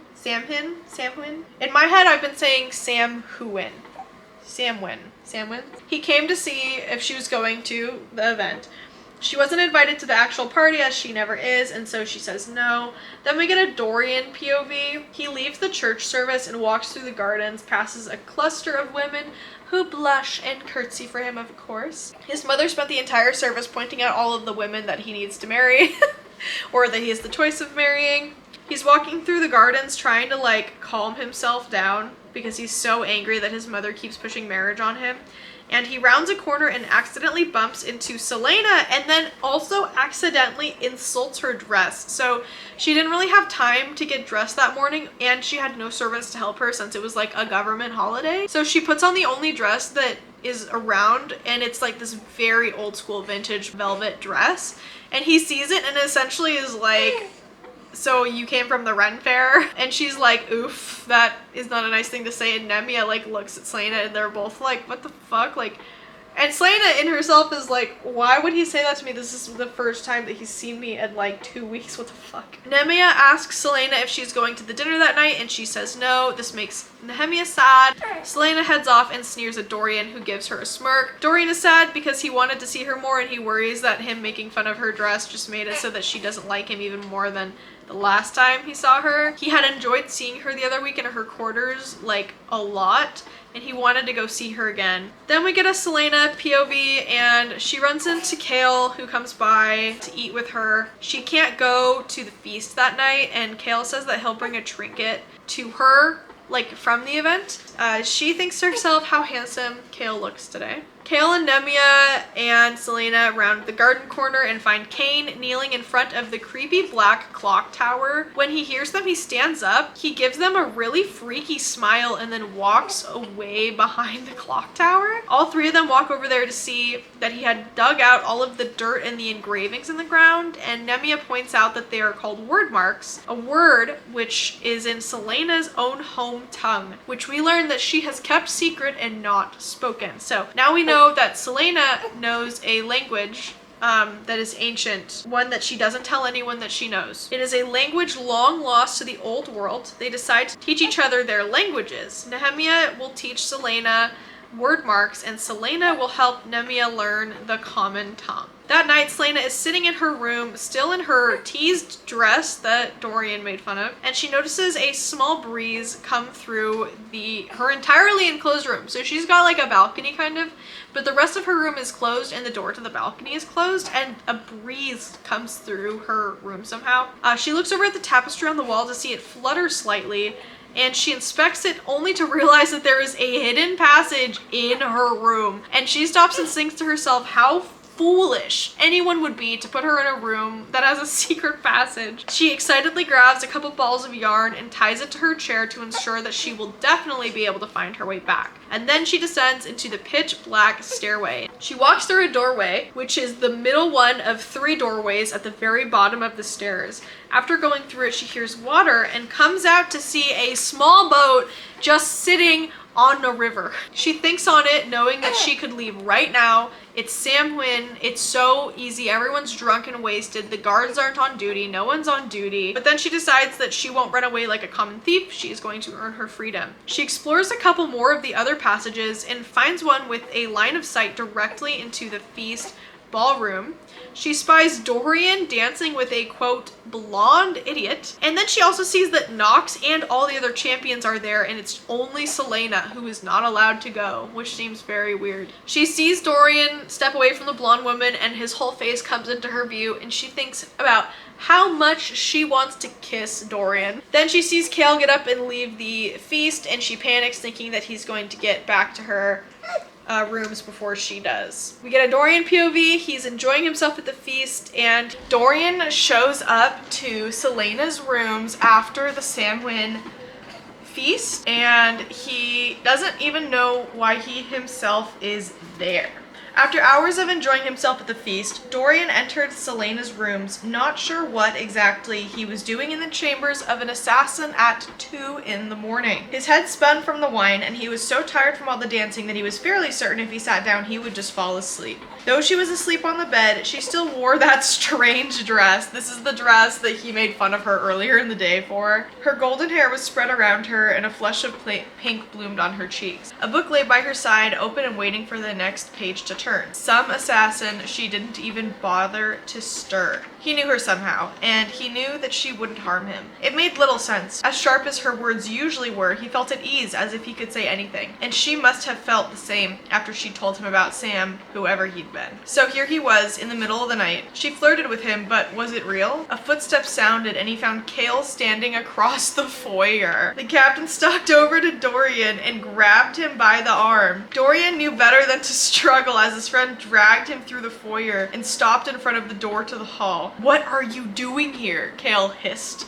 "What are you doing here?" Dorian countered. They just stand there for a moment, scowling at each other. They're both almost equal, same height. Huge hulking dudes. They're like 6'3". And they're just like, "What are you doing here? What are you doing here?" Dorian countered, trying to keep his voice quiet. His was the better question. If Kale spent so much time warning him about the dangers of associating Celaena, then why was he here in the middle of the night? "By the word, Dorian, she's an assassin. Please tell me you haven't been here before." Dorian couldn't help his smirk. "I don't even want an explanation. Just get out, you reckless idiot." He grabbed him by the collar of his jacket and threw him out the door. Before he knew it, he was very roughly tossed into the hallway, and the door closed and locked behind him. Kale just threw him out of Celaena's room, then went into Celaena's room and locked the door. Kale Westfall took a deep breath. What the hell was he doing here? Had he any right to treat the crown prince of Averlin in such a manner? He didn't understand the rage within himself that rose upon seeing Dorian standing in Celaena's rooms, and he didn't want to understand that sort of anger. Something, it wasn't jealousy, had transformed his friend into something else. Something he didn't know. He was fairly certain she was a virgin. But did Dorian know? It probably made him more interested. These are the scenes I live for in books. It's just like, I don't know, these bookmen, dude. She was still in her clothes, and while she looked beautiful, that did nothing to mask the killing potential that laid beneath. She was a honed blade made by the king of assassins for his own profit. At the sound of his steps, she opened an eye. "It's not morning," she grumbled and rolled over. "I brought you a present," he said foolishly. For a moment, he considered just running from her rooms. She stirred. "A present?" she said more clearly, turning to him and blinking. "It's nothing. They were just giving them out at the party. Just give me your hand." It was a lie, sort of. They had given them to the women of nobility as favors, and he'd snagged one from the basket as it was passed around. Most of the women would never wear them. They would be tossed aside or given to a favorite servant. "Let me see," she lazily extended an arm. Here, he placed it in her palm. She examined it, smiling drowsily. A ring. Remember, Celaena loves jewelry and stuff, and normally she would have probably much more expensive jewelry. A ring's a ring. How pretty. It was simple, crafted of silver. Its only ornamentation lay in its fingernail-sized amethyst. That's fucking huge! A fingernail-sized amethyst? The surface of the gem was smooth and round, and it gleamed up at the assassin like a purple eye. "Thank you," she said. "You're wearing your gown, Celaena." His blush refused to fade. "I'll change in a moment." He knew she wouldn't. "I just need to rest." Then she was asleep again, a hand upon her breast, the ring hovering over her heart. With a disgruntled sigh, the captain grabbed a blanket from the nearby sofa and tossed it over to her. He was half tempted to remove the ring from her finger, but, well, there was just something so peaceful about her.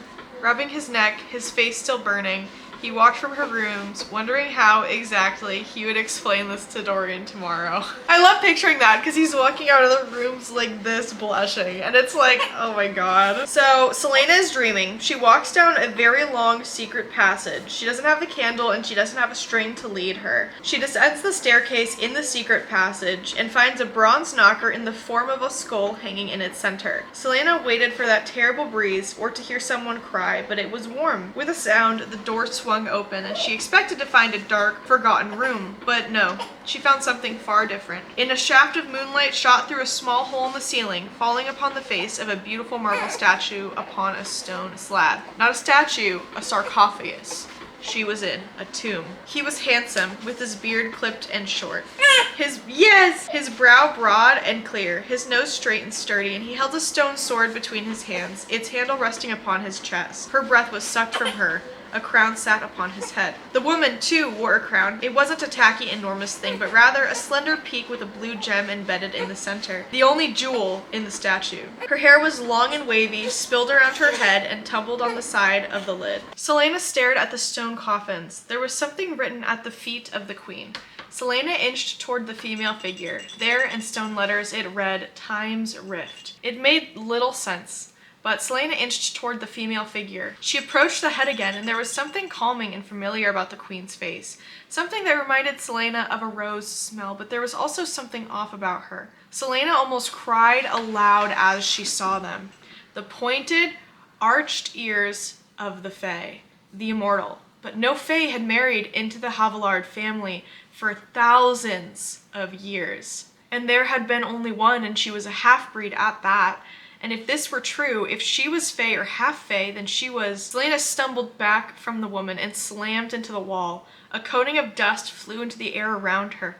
This man was Gavin, the first king of Adarlan. And this was Elena, the first princess of Terrasen, Brannon's daughter, and Gavin's wife and queen. Selena's heart pounded so violently that she felt sick, but this couldn't make her feet move. She shouldn't have entered the tomb, and she shouldn't have strayed into the sacred place of the dead.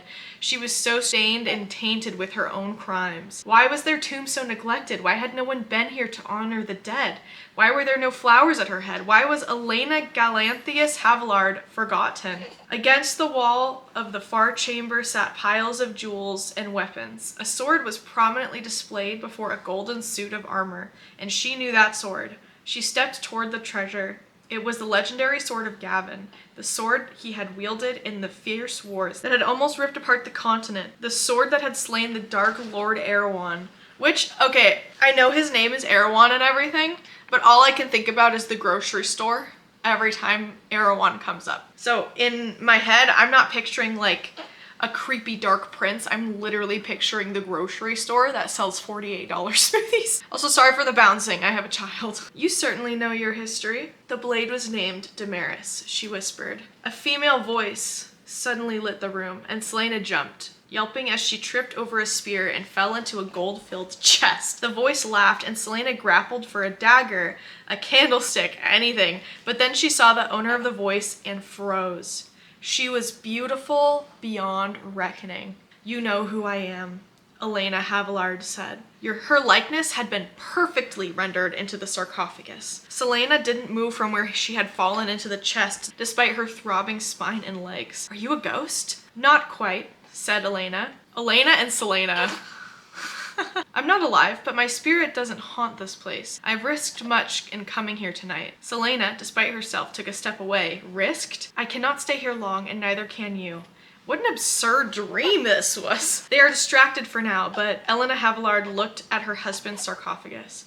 Selena's head arched. Was Gavin Havillard distracting something above? Who needs distracting? "The 8 guardians. You know of whom I speak." Selena stared at her blankly, but then understood. "The gargoyles on the clock tower?" The queen nodded. "They guard the portal between our worlds, and we have managed to buy time, and I was able to slip past." She grappled Selena's arm. To her surprise, it actually hurt. "You must listen to what I tell you. Nothing is a coincidence. Everything has a purpose. You were meant to come to this castle, just as you were meant to be an assassin and learn the skills necessary for your survival. The nausea returned, and she hoped Elena wouldn't speak of what her heart refused to remember, hoped the queen wouldn't mention what she had spent so long forgetting. Something evil dwells in this castle, something wicked enough to make the stars quake. Its malice echoes into all worlds, she went on. You must stop it. Stop it and destroy it before it destroys your friendships, debts, and oaths. Before it is too late, before the portal is ripped open so wide that there is no closing it. She got so close to Selena, the whites of her eyes were showing. You must win this competition and become the king's champion. You must understand the people's plight. Aurelia needs you as the king's champion. But what is? The queen reached into her pockets. They must not catch you here. If they do, all will be lost. Wear this. She pushed something cold and metallic into Selena's hand. It will protect you from harm. She yanked Selena towards the door. You were led here tonight, but not by me. I was led here, too. Someone wants you to learn. Someone wants you to see... ... Her head snapped to the side as a growl ripped the air. They are coming, she whispered. But I don't understand. I'm not what you think I am. Queen Elena put her hands on Selena's shoulders and kissed her forehead. Courage of the heart is very rare, she said with a sudden calm.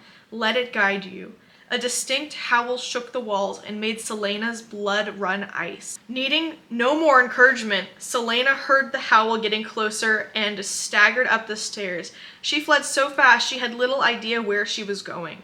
There was a scream below, and Selena's stomach churned. The light of her chambers appeared, and as it neared, she heard a faint voice cry from behind her, almost in sudden realization and anger. Selena hurtled into the room and only saw her bed before everything went dark. Selena's eyes opened. She was breathing hard, and she was wearing her gown, but she was safe in her room. Why was she so prone to strange, unpleasant dreams, and why was she so out of breath? Find and destroy the evil lurking in the castle, indeed. Selena turned to her side and would have gladly fallen back asleep, were it not for the metal that cut into her palm. Please tell me this is Kale's ring. But she knew it wasn't. In her hand lay a coin-sized gold amulet on a delicate chain. She fought against the urge to scream. Made of 2 intricate bands of metal, within the round border of the amulet lay a shared small blue gem. Made of 2 overlapping circles, one on top of the other. In the space that they shared was a small blue gem that gave the center of the amulet of appearance an eye. A line ran straight through the entire thing. It was beautiful and strange. Selena faced the tapestry. The door was slightly ajar. She jumped from the bed, slamming into the wall so hard her shoulder made an ugly cracking noise. Despite the pain, she rushed to the door and pulled it tightly shut. The last thing she needed was for whatever was down there to wind up in her rooms. Panting, Selena stepped back, surveying the tapestry. The woman's figure rose up behind the woman's chest, and with a jolt, she realized it was Elena. She stood just where the door was. A very clever marker. So Elena on the tapestry, right? The tapestry was what was covering the door to begin with. That was essentially like marking the secret passageway. Selena stared down at the amulet after placing a couple more logs onto the fire. She quickly changed into a nightgown and slid into bed. The amulet lay where she had left it. Selena glanced at the door again, no screams or howls, nothing to indicate what had just happened, but Selena cursed herself for it and hastily attached the chain around her neck. It was light and warm. Pulling the covers up to her chin, she squeezed her eyes shut. If it hadn't been a dream, if it hadn't been some hallucination, Selena clutched the necklace. Become the king's champion. She could do that. She was going to do that anyway. Aurelia needed the king's champion to be someone who understood the suffering of the masses. That seemed simple enough, but why did Elena have to be the one to tell her to do that? And how did it tie into her first command, to find and destroy the evil lurking in the castle? Selena took a steadying breath and nestled farther into her pillow. What a fool she was for opening a secret door on Samhain, the day which the spirits are the most close to all the people. And so she's like, of fucking course I went and did something like that. Didn't she have enough to worry about right now? She was gonna fulfill Elena's second command, but the first, that might lead her into trouble. It wasn't like she could go poking around the castle whenever she pleased. If there was a threat like that, then not only her life would be at risk.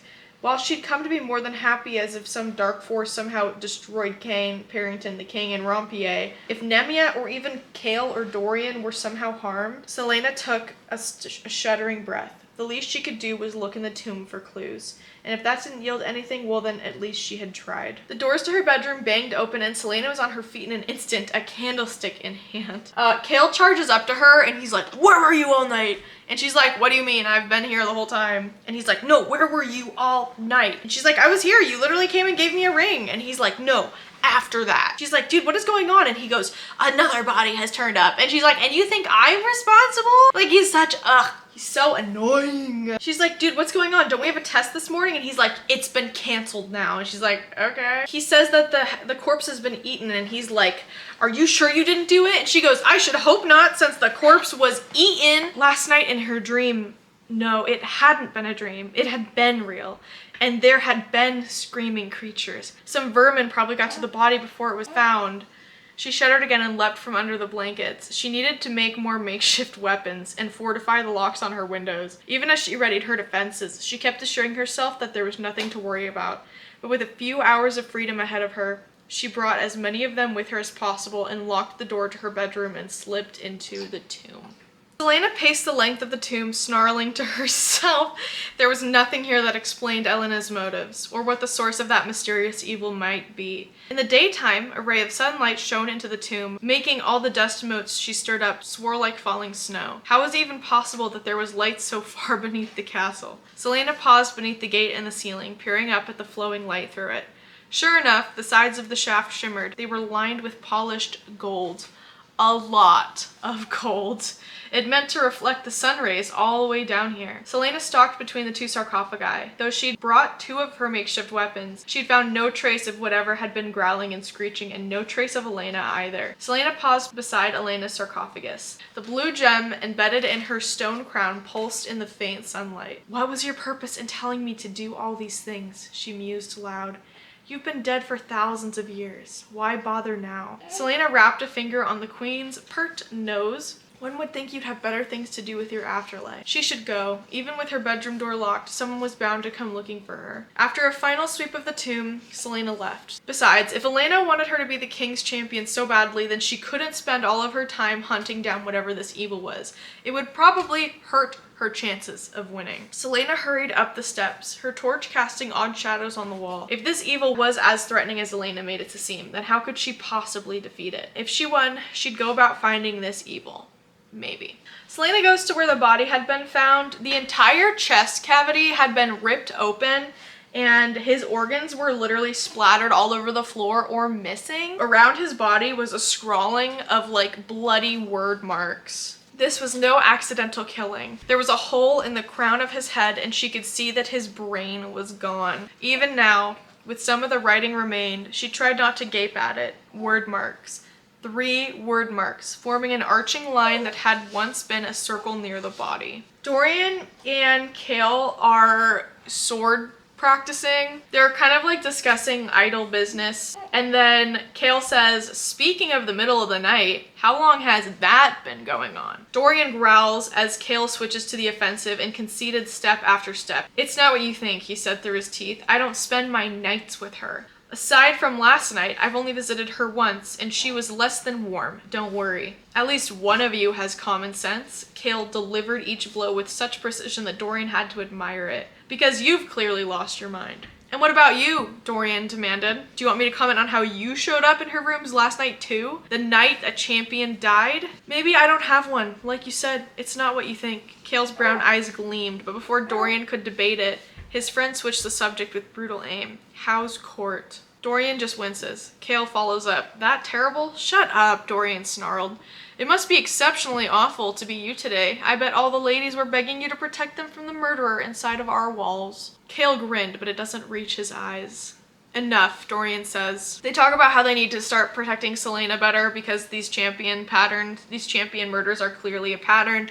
So they're gonna add some extra guards around her room. Dorian says, "To protect her or keep her in?" Kale says, "What difference does it make? You don't seem to care either, and you're gonna visit her no matter what I say, and the guards won't stop you because you're a prince." And Kale is just so jealous, dude. I can't. Selena and Nehemia are considering the very large black tower that has the word marks around it.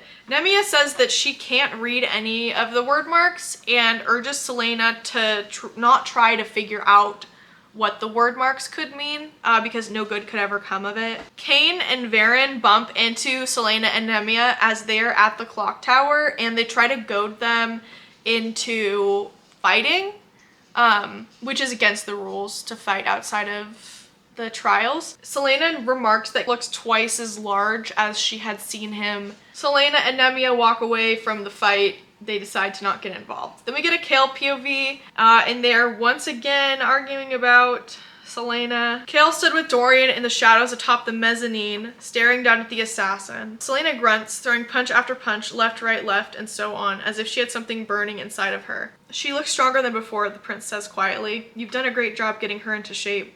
Do you think that she stands a chance against Cain? I think if she doesn't get too riled and keeps a cool head when they duel, she might, but she is very wild and unpredictable.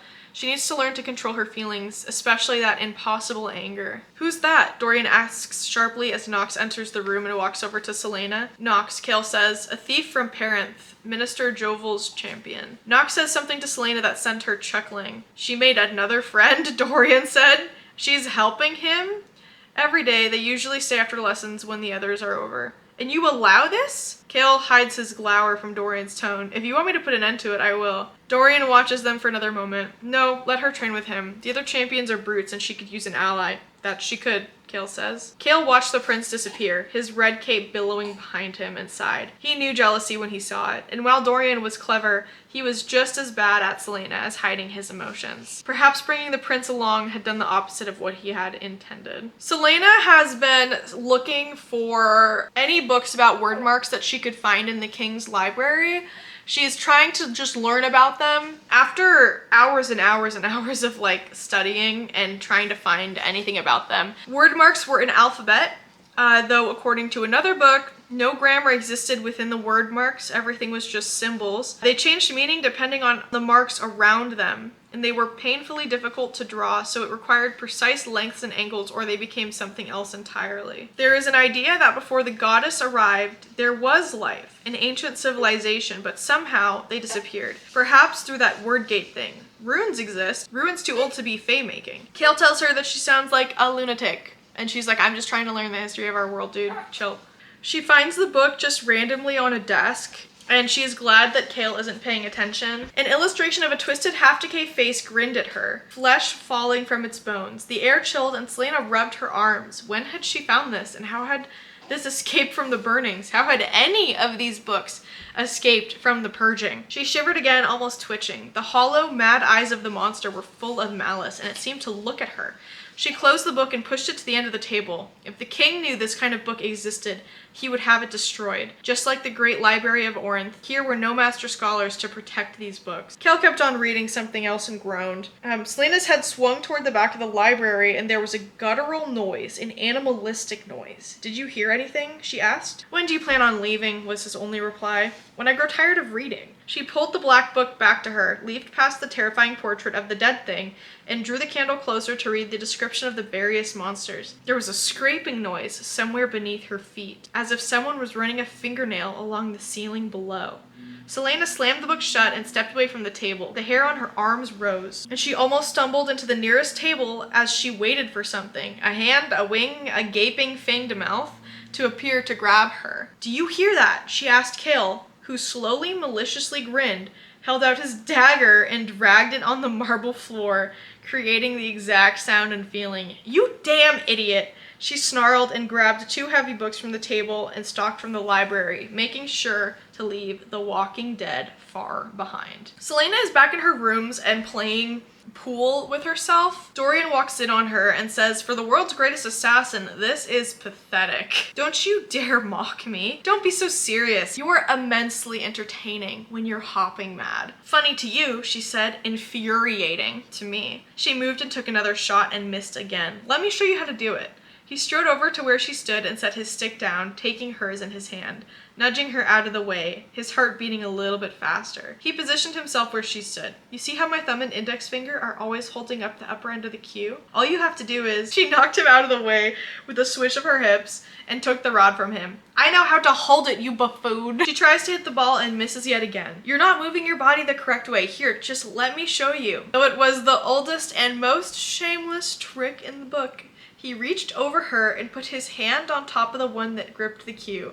He then positioned the fingers of her hand on the wood before lightly gripping her wrist. To Dorian's dismay, his face became warm. His eyes shifted to her. To his relief, he found that she was as red as he was, if not more so. If you don't stop feeling and start instructing, I'm going to rip out your eyes and replace them with these billiard balls, Selena snorted. He's literally like behind her and she's like, you know, here, and he's like here. I'm dying.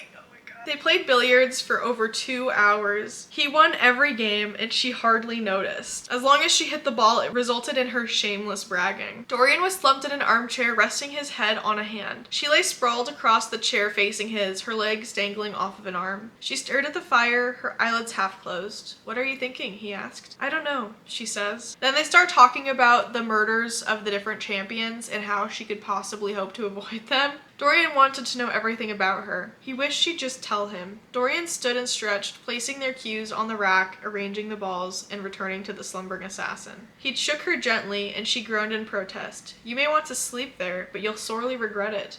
Barely opening her eyes, she stood and shuffled to the door. When she nearly walked into the doorpost, he decided a guiding arm might be needed before she broke something. Trying not to think of the warmth of her skin beneath his hand, he directed her to her bedroom and watched her stagger into bed where she collapsed on top of the blanket. Your books are there, she mumbles, pointing at the stack by her bed. With a sigh, he moved to blow out the candles before approaching her bed. Was she already sleeping? Good night, Selena, he said. It was the first time he'd addressed her by her name.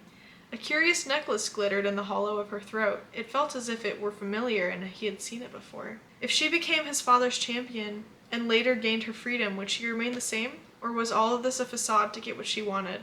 But he couldn't imagine that she was pretending. Didn't want to imagine that she was pretending. The castle was silent and dark as he walked back to his room. So then they have another test. The test is fairly simple. They were each given a sparring partner, and if they won their duel, they didn't need to worry about being eliminated. However, the losers would duel until one of them ultimately lost. To his credit, Grave held up well against Kane. Nox, standing beside her, hissed as Kane shoved into Grave. Selena essentially very easily beats Varen, which it obviously incredibly bothers him, like a lot. Selena decides that she's no longer going to choose to be meek. She's not afraid of Kane or anyone else, so she's going to give it her all. Remember, pretending like this entire time that she's just a little girl. Varen raised his sword, shaking his blonde curls out of his eyes. Let's see what you've got. She stalked toward him, keeping her sword sheathed at her side. Varen's grin widened as he lifted his blade. He swung, but Selena struck, ramming her fist into his arm and sending the blade soaring through the air. In the same breath, her palm hit his left arm, knocking it aside too. As he staggered back, her leg came up and Varen's eyes bulged as her foot slammed into his chest. The kick sent him flying and his body crunched as it hit the floor and slid out of the ring, instantly eliminating him. The hall went silent. Mock me again, she says, and I'll do that with my sword the next time. She turned from him and found Brulo's face slack. Here's a lesson for you, weapons master, she said. Give me a real man to fight. What she's talking about is Varen taunts her earlier. He's like, he says to Nox, is this the bargain? She opens her legs for you and you help keep an eye on her during practice. Selena's back in her room. She's considering the tapestry. She had always wished for adventure, but she really wished that Sam was with her. She always imagined that she wouldn't be so alone. Her eyes burning, she puts a hand up to her amulet. The metal was warm under her fingers, comforting somehow. She took a step back from the tapestry to better study it. In the center stood a stag, magnificent and virile, gazing sideways at Elena, the symbol of the royal house of Terrasen, of the kingdom that Brannon, Elena's father, had founded. A reminder that though Elena had become queen of Adarlan, she still belonged to Terrasen. Like Selena, no matter where Elena went, no matter how far, Terrasen would always own part of her. Selena listened to the wind howl, and with a sigh, she shook her head and turned away. Find the evil in the castle, but the only truly evil thing in this world remains is the man ruling it. We get a Kaltain POV. Kaltain starts having these really, really horrible nightmares. And she's also, by the way, like always on opium. Like she is constantly high on opium. She's got a pipe and everything. She's been having horrible, horrible migraines lately that just keep getting worse. The pain is insatiable. And no matter how much opium she takes, it just keeps getting worse. And today she's had these words hammering in her head Not enough, not enough, not enough. Kaltain starts gossiping with the Queen Georgiana about who Dorian might be favoring right now. Kaltain is just making up a bunch of shit, and Georgiana is talking about how there's a young lady named Lillian who Dorian seems to be quite fond of. But then suddenly in her head again, the pain saying not enough, not enough. The queen tells her directly that it is such a pity that she is already promised to Duke Parrington. Kaltain says, surely her majesty would not have approved. I am far too lowly for the attentions of your princely son. And the queen says, your beauty and wealth compensate for it. Thank you, your majesty, Kaltain said quickly. If the queen approved of her, Kaltain could scarcely think, as the queen nestled into her throne. Parrington had given her the shoes, and now was her time to dance, which is such a weird thing. I find that Mass ends her chapters like very often with very like interesting things at the end of it, like concluding thoughts. Kale and Selena are sparring right now, and she thinks to herself how she has not been sleeping well. Every noise wakes her up, and Kale hasn't discovered who might be targeting the champions, and the who didn't really matter as much as the how the serial killer was selecting them. There was no pattern, 5 were dead, and they had no connection to each other aside from the competition. She hadn't been able to see another crime scene to determine if the word marks had been painted in blood in there as well. And Selena sighs, rolling her shoulders. Kane knows who I am, she quietly says. Parrington told him, and Kane told me. When? A few days ago, she lied. It had been weeks since their confrontation. I was in a garden with Nemia, with my guards, don't worry, and he approached us. He knew all about me and knows that I hold back when we're with the other champions. In this interaction that she had had in the past, Kane starts saying things like, wasn't it just horrible how you woke up between your dead parents in a pool of their blood? And wasn't it miserable when your whole city was burned to the ground? He's just rattling off these things about her past, which again, we don't know anything about Selena's past. And so this was terrifying because she's told no one about her past and Kane just knows. And so she assumes that the Duke knows about her past or something because nothing else like really makes sense. Did he lead you to believe that the other champions know about you? No, she says, I don't think they do. At least Nox doesn't have a clue. Kale put a hand on the hilt of his sword. It's going to be fine. The element of surprise is gone, that's all, and you'll still beat Kane in the duels. She half smiled. You know, it's starting to sound like you actually believe in me. You better be careful. He began to say something, but running footsteps sounded around the corner. 2 guards skidded to a stop and saluted them. Kale gave them a moment to collect themselves before he said yes. One of the guards, a man with thin hair, saluted him and said, Captain, you're needed. What is it? He says too eagerly. Another body, replied the guard. You saw the body? Selena asked him. How fresh? Kale gave her a sharp look. They think it's from last night, from the way the blood's dried. Kale's eyes were unfocused. Thinking he was figuring out what to do, he straightened. You want to prove how good you are? She put her hands on her hips. Do I even need to? He motioned for the guards to lead the way. Come with me, he says to her over his shoulder, and despite the body, she smiled a bit as she followed him. Thankfully, someone had created some semblance of order before they had arrived. Even still, Kale had to push his way through the crowd of guards and servants. She didn't know where to look first. At the body with the gaping chest cavity and missing brain and face, and the claw marks that gouged into the ground, or at the 2 word marks drawn on either side of the body in chalk. Her body went cold. There was absolutely no denying the connection now. Who is it? Varen, Selena said before a guard could reply. What kind of animal makes scratches like those? She asked Kale, but didn't need to hear his reply. The claw marks were deep, a 1/4 inch at least. She crouched beside one and ran her finger along the interior edge. It was jagged but clean cut into the stone floor. There's no blood in these claw marks, she says. They're clean. Kale says, which means? She frowns. Whatever did this sharpened its nails before it gutted him. And why is that important? It means the thing had time to do all of that before it attacked him. Kale says it could have been lying in wait, and Selena shakes her head. Those torches along the wall are almost burnt to stubs. There aren't any signs of them being extinguished before the attack, and there are no traces of city water. If Varen died last night, those torches were still burning when he died. And look at this hallway. The nearest doorway is 50 feet down. And the nearest corner is farther after that, and if those torches were burning, then Varen would have seen whatever it was long before he got to this spot. So why get near it, she asks. What if it wasn't an animal but a person? And what if that person disabled Varen long enough for them to summon this creature? She points to his legs. Those are clean cuts on his ankles. His tendons had to have been snapped by a knife to keep him from running. She moved next to the body, taking care not to disturb the word marks onto the ground. And look at his fingernails, she swallowed. The tips are cracked and shattered. He was desperate to get away, to drag himself by his fingertips if necessary. So what does that mean? She smiles grimly at him. It means that you're in a lot of trouble. He was alive the entire time the thing sharpened its claws on the stone while its master watched. As Kale's face paled, Selena realized with a jolt that perhaps the champion's killer and Elena's mysterious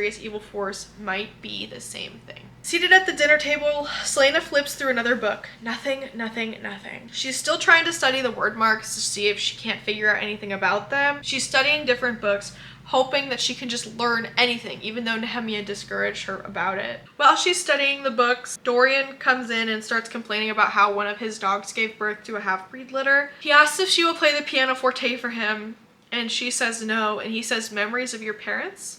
Selena stopped. "Don't ask me stupid questions. I'm sorry for prying," he says. "It's just that I don't know anything about you. I'm an assassin," she says. "What more is there to know?" "Yes," he says, "but why is it wrong for me to want to know more? Like how you became an assassin, and what the things were like before that. It's not interesting. I wouldn't find it boring. Please, one question, and I promise it won't be too sensitive." "Very well," she says. "Why do you like music so much?"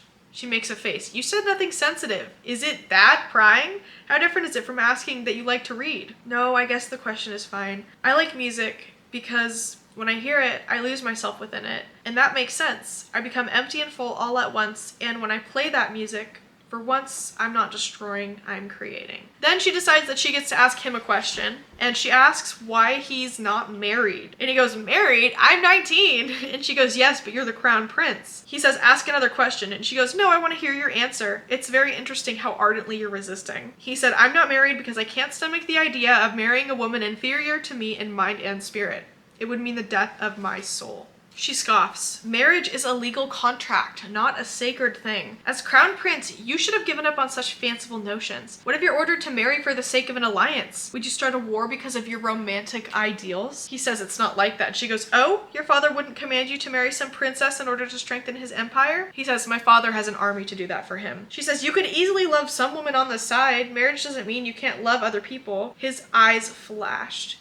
"You marry the person you love and none other," he says. "You are mocking me. You are laughing in my face." And she says, "You deserve to be laughed at for such foolish thoughts. You are selfish. What's the point in having a mind if you don't use it to make judgments? What's the point in having a heart if you don't use it to spare others from the harsh judgments of your mind?" "Oh, well, like I said, your highness," he stares at her. "You attempted to ruin my dreams and ideals. I get enough of from my mother as it is. You're just being cruel." "I'm being practical. There's a difference, and you're the crown prince of Aderlin. You're in a position where it's possible for you to change Aurelia for the better. You could create a world where true love isn't needed to secure a happy ending. And what sort of world would I need to create for that to happen? A world where men govern themselves." He says, "You speak of anarchy and treason." She says, "I do not speak of anarchy. Call me a traitor all you like. I've been convicted as an assassin already." He sidles towards her, and his fingers brush hers, calloused, warm, and hard. "You can't resist the opportunity to respond to everything I say, can you?" She felt restless, but at the same time remarkably still. Everything was brought to life and laid to sleep in his eyes. "Your eyes are very strange," he says. "I've never seen any with such a bright ring of gold. If you're attempting to woo me with flattery, I'm afraid it won't work." "I was merely observing," he said, close to her face. "I have no agenda." He looks down at her hand. "Where did you get your ring?" She says it was a gift. He says, "From whom?" She responds that it's none of your concern. He says, "I would like to know who has been giving my champion rings." The way the collar of his black jacket lay across his neck made her unable to sit still. She wanted to touch him and to trace the lines between his tan skin and the golden lining of the fabric. "Billiards?" she asks. "I could use another lesson." She very much wanted to stand close to him and have her skin warm under his breath. She liked that. Worse than that, she realized, she liked him. Kale's in the middle of a war meeting. And he's observing Duke Parrington while he's there. They're discussing like what they're going to be doing with all of the unrest and the rebels that are in the Empire. Kale thinks to himself that he knew very little of the Duke and he did not trust him. Dorian did not either. He kept trying to convince the king to use the Elway rebels as motive to get Nehemiah to cooperate. Kaltain Rompier sat a few chairs away and Kale's brows rose slightly. Her eyes were upon Parrington as well. filled not with the longing of a beloved, but with cold contemplation. Cale stretched again, lifting his arms over his head. Where was Dorian?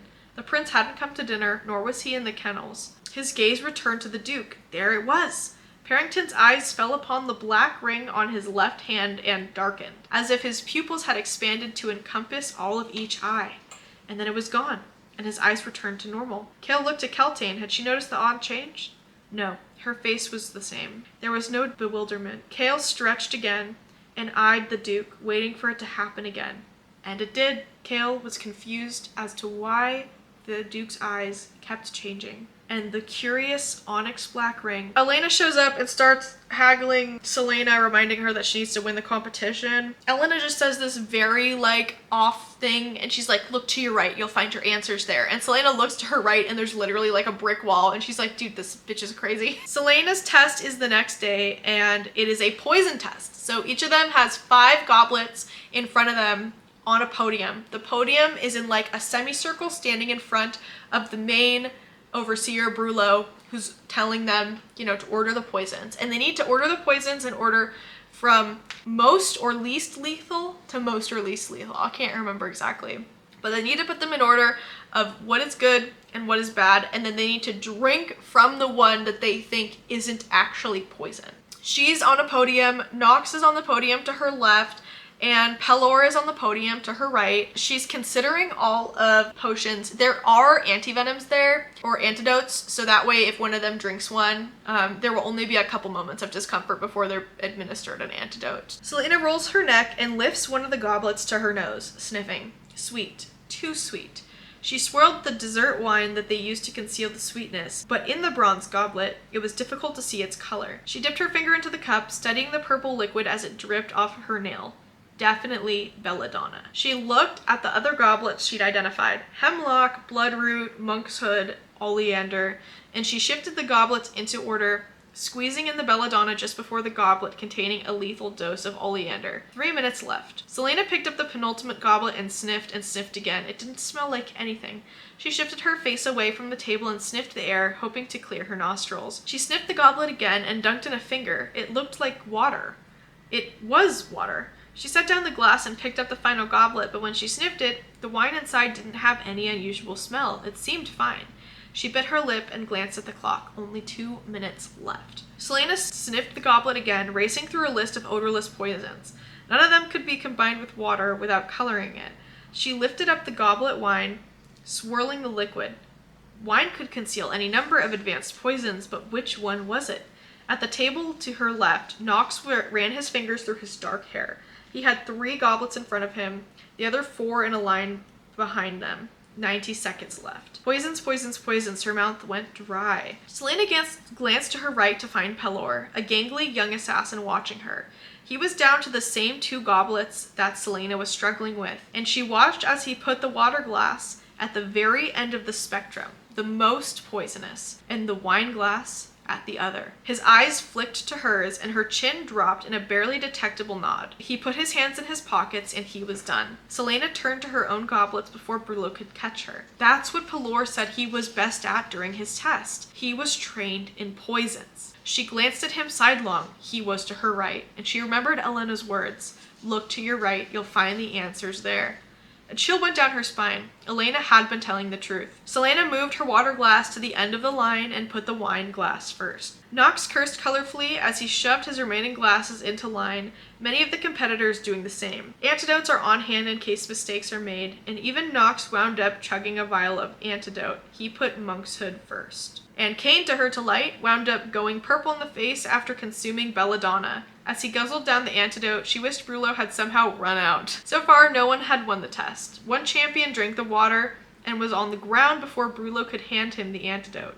Bloodbane. A horrible, painful poison. Even consuming just a little will cause vivid hallucinations. Thankfully, the weapons master forced him to swallow the antidote, though the champion still had to be rushed to the infirmary. Brullo stops at her table and surveys the line of goblets. On with it then. Selena glanced at Pelor, whose hazel eyes shone as she lifted the glass of wine to her lips and drank a sip. Nothing. No strange taste, no immediate sensation. Some poisons could take longer to affect you, but... Brullo extended a fist to her and her stomach clenched. was the antidote inside. His fingers splayed and he only clapped her on the back. "The right one, just wine," he says, and all the champions murmured behind him. He moved on to Pilor, the last champion, and the youth drank the glass of wine as well. Brullo grinned at him, grasping his shoulder. Another winner. She had cheated a little, but she had won, and she was proud of herself, even if Elena had told her how to win the test. Selena and Nehemia are on a walk when their stroll takes them to the kennels. They accidentally run into Dorian and Kale as Dorian is picking up one of the newborn puppies that was a half-breed. He says it is such a pity, and she says, "Why, is the dog sick?" And he goes, "No, it's not sick. It's just got a very foul disposition. It's gonna have to be put down." And she's like, "What? No, give me the dog." And so Selena adopts the dog and says that she will take care of it in order to save its life. Dorian swears that he will help keep the pup alive despite its very foul disposition towards people. As they walk away, Nehemia bothers Selena about her liking Dorian. And she's like, "Why would I like him?" And she goes, "You converse easy. It seems as though you have a connection." A connection? Nehemia says it's not a crime to consider him handsome, but I will admit I did judge him wrong. I thought him to be pompous, selfish, but he's not so bad.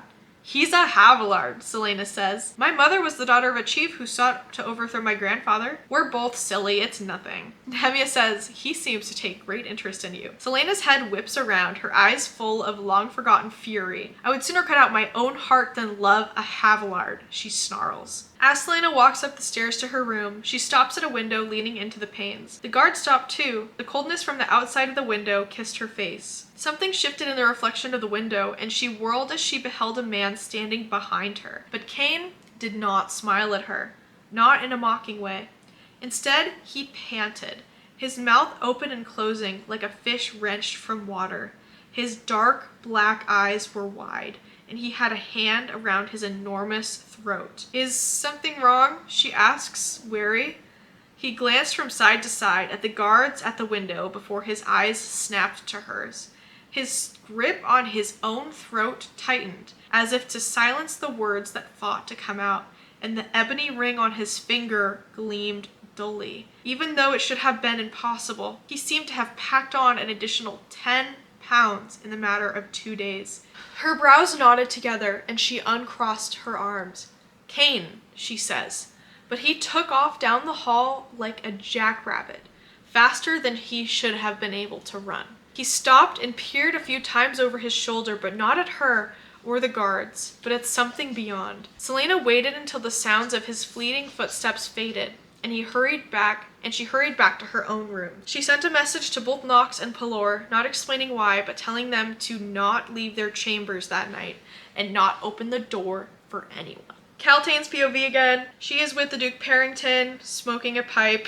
Her and the Duke start to plot their almost like cheating of the competition in order to make it so that Selena, who is Lady Lillian, does not win. Caltain shares that she has a very disreputable reputation among the other ladies at court, which I guess is not exactly true, but it's also like not true. And Caltain muses that if something were to ever endanger the court, that it would be in the court's best interest to get rid of that thing. And the Duke says, indeed, it would be. Something wild and foreign issues a cry from within Caltain. Shattering the pain through her head, the thoughts of the poppies in cages faded away. She must do what was necessary to save the crown and her future. Selena looks up from a book on ancient wordmark theories as the door creaks open. It was not Dorian who entered, nor a ferocious creature. The door finished opening and Nehemia, clad in gold-worked wonder, stood before her. The king of Aderlin had issued that all Elwian rebels be executed, and this means that over 500 people who were fighting for the freedom of Nehemia's country had been killed. And Selena just holds Nehemia while she cries, and Selena just cannot believe that this is happening. Like, she knows that it's happening, but she's experiencing this death over and over again. And we still don't know where Selena is like from or what her backstory is, except for that she's from Terrasen and that Terrasen had also been conquered by Aderlin. But she just feels this so deeply. So she just holds Nehemia while Nehemia is crying her eyes out. And they stayed like that for a really long time. So this chapter is really funny. I love it. We are at chapter 34, which is on page 253 for those following along at home. I just love this chapter. After Nehemia leaves, Selena is sitting to herself and feeling just gross, like super nauseous and sick. Philippa, her maidservant, offers to bring her some tea. Selena accepts, and Selena's just sitting there when all of a sudden the door to her bedroom opens and Kale walks in. She's wondering how on earth she's supposed to train like this with the final duel being only 4 weeks away. And Kale says, I heard about Nemia. And she goes, what are you, isn't it late for you to be here? She asks, are you sick? Selena just says, I'm indisposed because of what happened with those rebels. Kale says, doesn't he get it? No, I'm feeling truly unwell. It makes me sick too, Kale murmurs, glancing at the floor. And after seeing Endovier, he rubs his face. 500 people, he whispers. Listen, he begins and starts to pace. I know that I'm sometimes aloof with you, and I know that you complain about it to Dorian, but he turns to her. It's a good thing that you befriended the princess, and I appreciate your honesty and unwavering friendship with her. And I know that there are rumors about Nehemia's connection to the rebels, but I'd like to think that if my country were conquered, I would stop at nothing to win back my people's freedom. Selena would have replied if it not for the deep pain that wrapped around her lower spine. Her weight gain over the past 3.5 months had allowed for her monthly cycles to return, as her starvation had made it vanish while in Endovier. He started, looking out the window. I might have been wrong. The world seemed to spin and tilt, and Selena closed her eyes. She always had horrible cramping, usually accompanied by nausea, but she would not vomit. Kale, she began, putting a hand over her mouth as her nausea swelled and took control. It's just that I take great pride in my job, he continues. Kale, she says again. Oh gods, she was going to vomit. And you're Adderlin's assassin, but I was wondering if you wanted to. Kale, she warns. As he pivoted to see her, Selena vomited all over the floor. He makes a disgusting noise, jumping back a foot. Tears sprang up as a bitter, sharp taste filled her mouth. Are you, by the word, you're actually sick, aren't you? It's not ill like that, she groans. Then in what way? Her face was so hot, she thought she would melt into the floor. Oh, you idiot, my monthly cycles are back. He goes blanched, just like white as a ghost, and he goes, then I'll take my leave. And then he just bolts. He is out of there. This woman is bleeding, and this man is like, okay, bye. Another knock is at her door, and as she can't fall asleep, she sits up and says hello. Dorian enters and says, I intercepted Kale and he informed me of your condition. You'd think a man in his position wouldn't be so squeamish. Selena opened an eye and frowned. I am in a state of absolute agony and cannot be bothered. It can't be that bad, he says. Want to play? I just told you I don't feel well, Selena spats. You look fine to me, he says. Just one game. Don't you have people you can pay to entertain you, she says. You should be honored by my company, he says. She retorts, I would be honored if you'd leave. For someone who relies on my good graces, you are very bold. Bold, she says. I've hardly begun. She says, go away, I feel like dying. And he says, shall I read to you in your final moments? I could not leave a fair maiden to die alone. What story would you like? She snatches her hand back from him after he had taken it from her and started stroking it. How about the story of the idiotic prince who wouldn't leave the assassin alone? Oh, I love that story. It has such a happy ending too. Why, the assassin was feigning her illness the entire time to gain the attention of a prince. Dorian, what are you thinking? Out! Out, out, out! Leave me and go womanize someone else, she says. She grabs a book and chucks it at him, and he catches it right in front of his face, just a breath away from his nose before it broke it. I didn't mean... That wasn't an attack, it was just a joke. I didn't mean to hurt you, your highness, she said. I'd hope that Adderlin's assassin would choose to attack me in a more dignified manner, at least with a sword or a knife. She clutches her belly and bends over. It's Dorian, by the way, he says. Not your highness. Very well. Say it, he says. Say what? Say my name. Say very well, Dorian. She rolls her eyes. If it pleases your magnanimous holiness, I shall call you by your first name. Magnanimous holiness? Oh, I like that one. A ghost of a smile appears on her face and Dorian looks down at the book. This isn't one of the books I sent you. I don't even own books like these. She laughs weakly and takes the tea from a servant as they approach. Of course you don't, Dorian. I had the maid send for a copy today. Sunset's Passions, he reads and opens the book to read a page aloud. His eyes widened. By the word, do you actually read this rubbish? She finishes her drink, the ginger tea easing her stomach. You may borrow it when I'm done. If you read it, your literary experience and skill with women shall be complete. I will not read this. Then I suppose you're just like Kale. Kale, he says, falling into the trap. You asked Kale to read this? He refused, of course. She lied. He said it wasn't right for him to read the sort of material if I gave it to him. Dorian snatches the book from her hands. Give me that, you demon woman. I'll not have you matching us against each other. He glanced once more at the novel and then turns it over, concealing the title. She felt Dorian watching her, if not in the cautious way that Kale sometimes watched her. Dorian seemed to just be watching her because he enjoyed it. And she enjoyed watching him too. We're POV switching from Selena to Dorian in the same moment. Dorian didn't realize he had been transfixed by her until she straightened and demanded, "What are you staring at?" "You're beautiful," he says before he could stop it. "Don't be stupid." He says, "Did I offend you?" His blood pumped through him in a strange rhythm. "No," she said. Dorian watched as her face turned redder and redder. He'd never known an attractive woman for so long without courting her. Save for Caltane, and he couldn't deny that he was aching to learn what Selena's lips felt like, what her bare skin smelled like, how she would react to the touch of his fingers along her body. The week surrounding Yulemas was a time of relaxation, a time to celebrate the carnal pleasures that kept one warm on a winter's night. Women wore their hair down, and some even donned a corset. Now he had a sinking feeling in his stomach. How could he celebrate when word had just arrived of his father's soldiers and what they had done to those Elway rebels? They had not spared a single life. 500 people, all dead. How could he ever look at Nehemia again? How could he expect her to look at him? Dorian's mouth went dry. Selena was from Terrasen, another conquered country and his father's first conquest. It was a miracle Selena bothered to acknowledge him at all. "You must hate me," he murmurs. "Hate me and my court for my frivolity and mindlessness when so many horrible things are going on outside the city. I heard about those butchered rebels, and I am ashamed. I understand why you have such ease when killing my kind, and I don't blame you for it."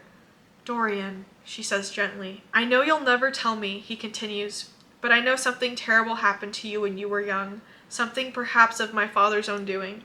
You have a right to hate Aderlin for seizing control of Terrasen as it did, for taking all of the countries, and the country of your friend. You won't believe me, but I don't want to be part of this. I can't call myself a man when I allow my father to encourage such forgivable atrocities.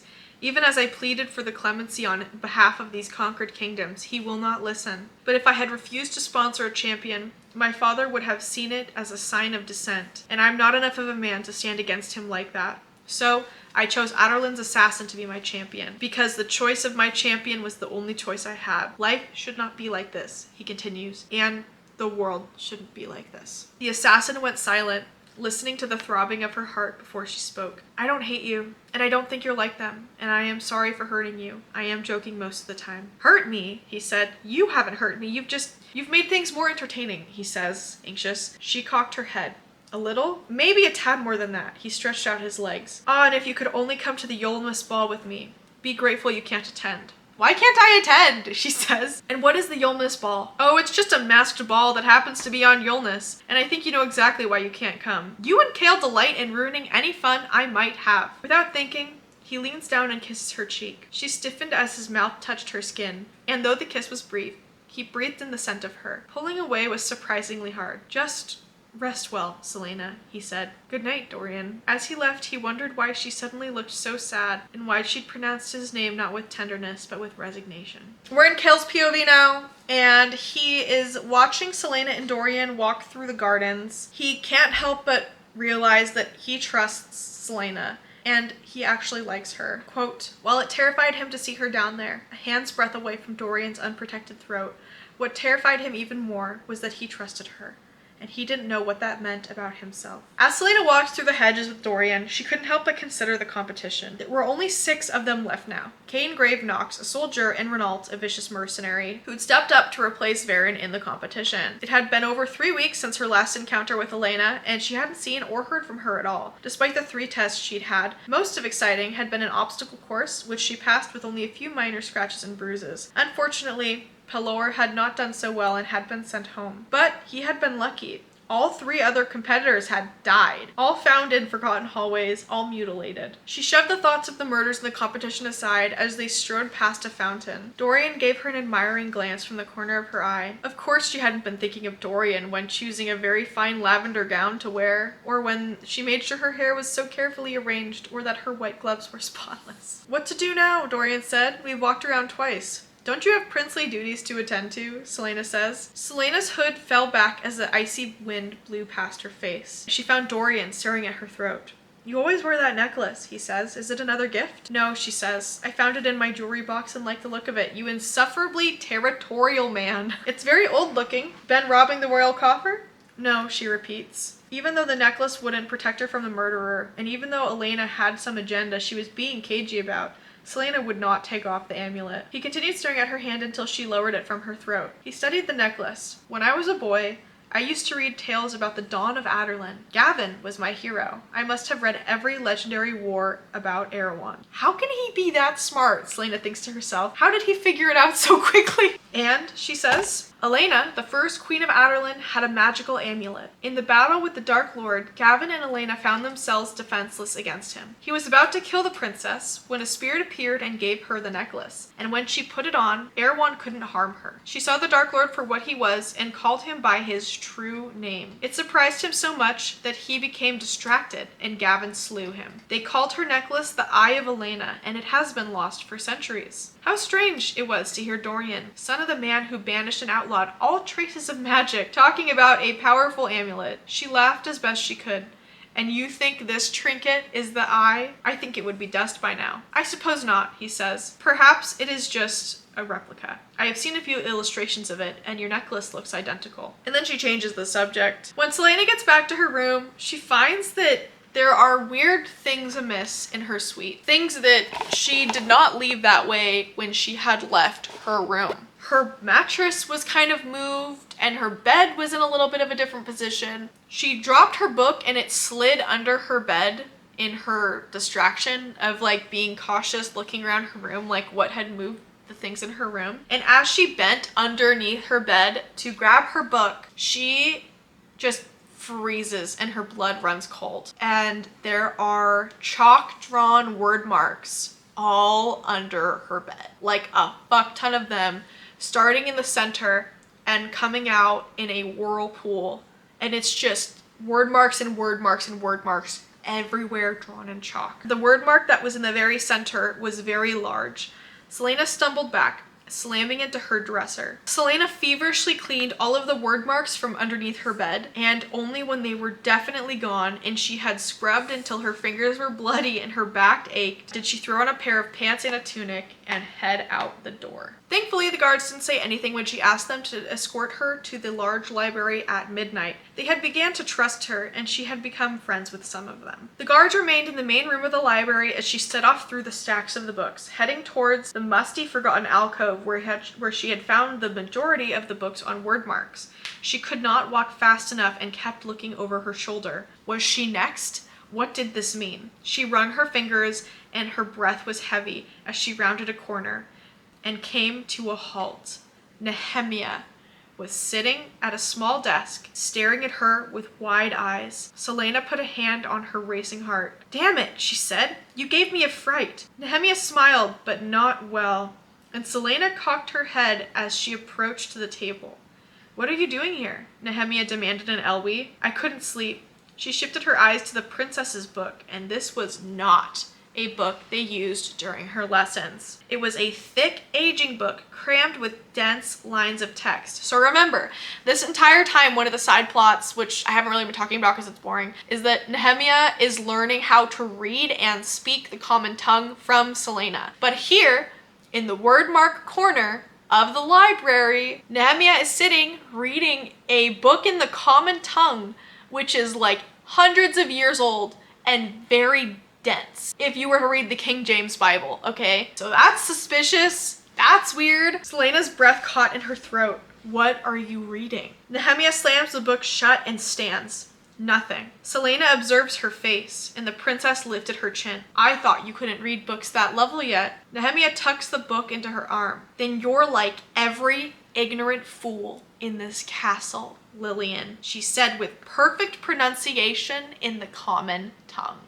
What is going on? Not giving her a chance to reply, the princess strode away, and Selena stood frozen as she watched her go. Nehemia couldn't read books that advanced. It wasn't possible unless she had been lying this entire time about everything Selena knew to be true. No, Nehemia would not play her like this. Not after she decided to trust her after what happened in the desert with her other friend. Nehemia would not have lied day after day about everything she knew. Nehemia had been the one to tell her what the etchings were in the garden, and she knew what they were. She warned her to stay away from word marks again and again, because Nehemia had wept for her people and been murdered, and because she'd been there to comfort her. But Nehemia came from a conquered kingdom, and the king of Adarlan had ripped the crown off her father's head and stripped his title from him. And the people of Elway were being kidnapped in the night and sold into slavery and murdered over and over. 500 Elway citizens had just been butchered. And Selena's eyes stung as she spotted the guards loitering in the chairs in the great room. Nehemia had every reason to deceive them, plot against them, tear this stupid competition apart, and send everyone into a tizzy. Who better to target the criminals living here? No one would miss them, but the fear would seep deep into the castle. But why would Nehemia plot against her? We're almost to the 70% way of the book, okay? And the 70% book part in the mass books is like, okay, shit's getting real. Days pass without incident and without seeing Nehemia. Selena doesn't tell Kale or Dorian or anyone about what had happened. Selena spent her spare time researching the word marks, desperate for a way to decipher them and to find out what those symbols mean and about the killer and the killer's beast. Her other tests passed without incident or embarrassment. And though she couldn't say the same for the soldier who'd been sent home, she kept her intense training with Kale and the other champions. There were 5 of them left now, and the final test was 3 days away, and the duel after that. Selena woke on Yulemas morning and relished the silence. Selena decided that today she would forget her worries because it was Yulemas and it was a day to celebrate. And she finds a bag of candy on her desk and she just starts eating it. She goes nuts. She eats and eats and eats and eats, and then Philippa walks in on her and Selena goes, "Philippa, happy Yulemas!" And Philippa is like, "Girl, what the fuck are you doing?" And Selena smiles and her teeth are red. Just red, red, red. Hearing Philippa call her Selena instead of Lillian made her very happy on this day. Her heart was big and red as her teeth. There were good in these people in the castle. Deep down, there was always a shred of good. There had to be. Selena is wearing a green dress, the only one appropriate for temple on Yulemas morning, and approaches Dorian, who is sitting wearing a beautiful white and gold jacket. "Are you my present, or is there something in that basket at your feet?" she asks. "If you'd like to unwrap me," he said, lifting the large wicker basket onto the table. "We still have an hour until the temple service." She laughs and says, "Happy Yulemas, Dorian. And to you as well. I can see that Are your teeth red?" She clamped her mouth shut, shaking her head in violent protest. He grabbed her nose and pinched it close, cutting off her air, and try as she might, she could not dislodge his fingers. So she opened her mouth, and he burst into laughter. "Been eating candies, have you? You sent those? Of course. Didn't I give you 3 pounds of candy?" She smiled impishly. "You ate half the bag. Was I supposed to save it? I would have liked to have some. You never told me that, because I didn't expect you to consume all of the candy before breakfast." She snatched the bag back from him and put it on the table. "Well, that just shows poor judgment on your part, doesn't it? And what's that? A Yulemas present for you." She opens the basket and says, "Oh, a puppy!" This is the dog that Dorian promised Selena that he would take care of for her. Selena says, "What will I do with this dog if I am sent back to Endovier?" And he kind of goes blank and says, "I will worry about that." "So you don't want her?" he says. "Of course I want her," Selena says, "but I want her trained. I don't want her peeing all over my room." She apologizes that she does not have a present for Dorian, and he tells her that he never expected one. She reaches up on her toes and gives him a kiss on the cheek. He blushes madly and glances at the clock. "I have to go.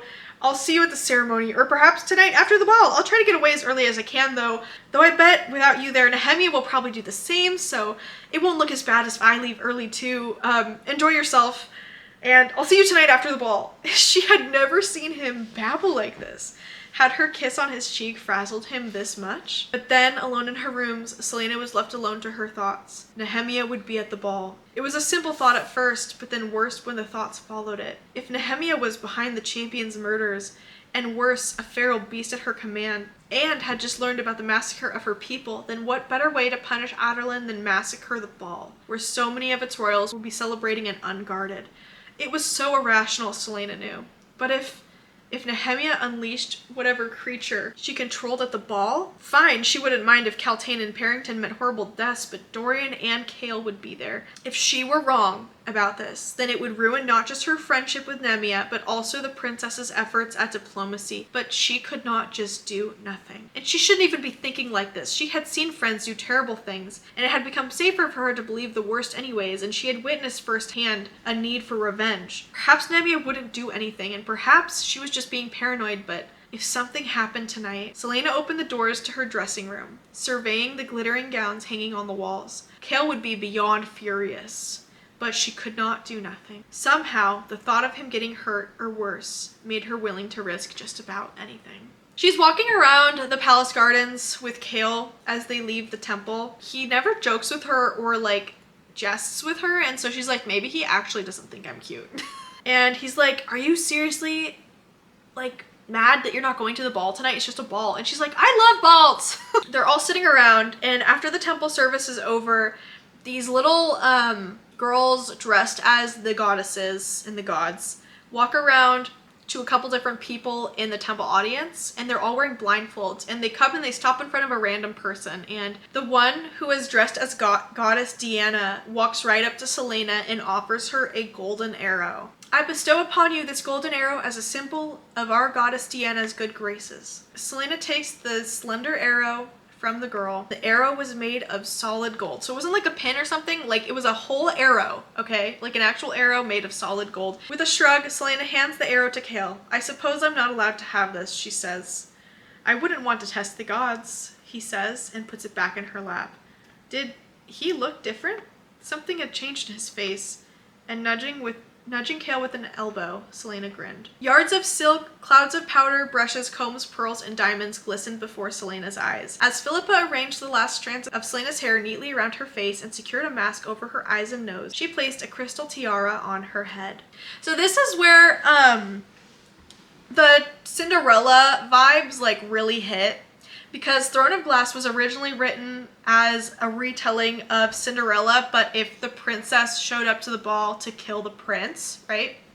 And Philippa helps Selena get dressed for the ball, and she's like, listen, if I get caught, just like do your best. And Selena's like, don't worry, I will make sure that they know that I tricked you into letting me go. And Philippa like just gives her a nod. As Selena looked at herself in the mirror, she thought to herself that she looked like a fairy queen. Her dress was not pure white, but rather a grayish offset, and its wide skirts and bodice were encrusted with thousands of minuscule crystals that reminded Selena of the surface of the sea. Swirls of silk thread on the bodice made rose-like designs that could have passed for a work by any master painter. A border of ermine lined the neck and provided slender sleeves that only covered her shoulders. Tiny diamond droplets fell upon her ears, and her hair curled and was swept up onto her head. Strands of pearls woven in.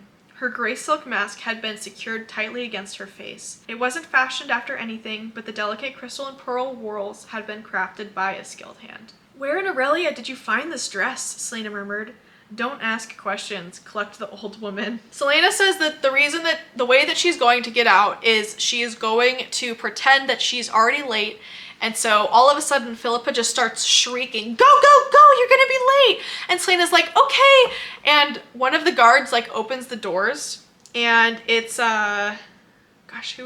what's his name? Ress. Ress opens the door like to the commotion and takes her arm, and Philippa's like, take her, she's going to be late. And Selena's like, we have to go. And Ress is like, okay. And so he takes her to the ball.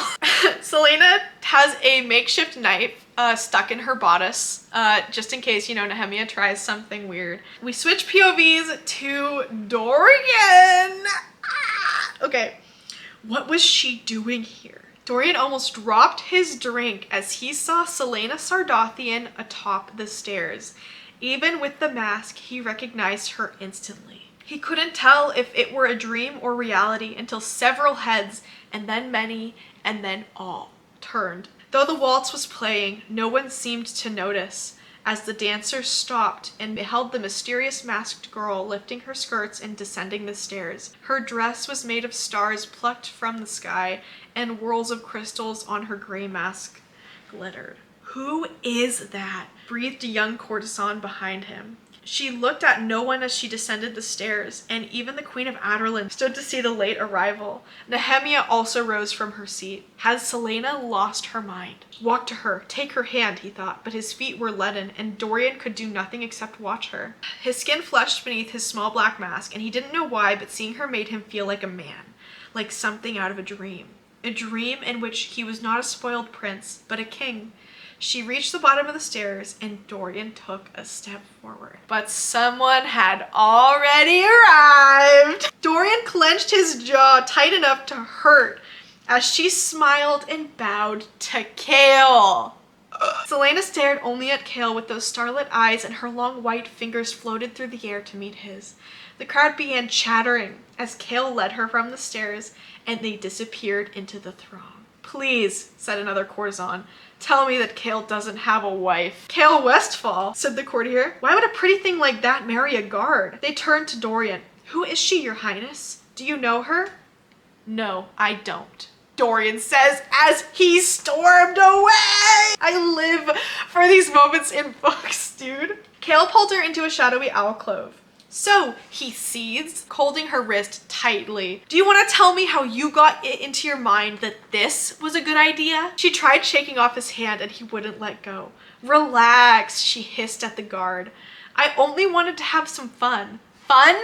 he says. "Crashing a royal ball is your idea of fun? Nox is here and he's a thief? How come you let him come? All the other champions are literally here. How could you just not trust me?" And you know what? This was a question she wanted an answer to.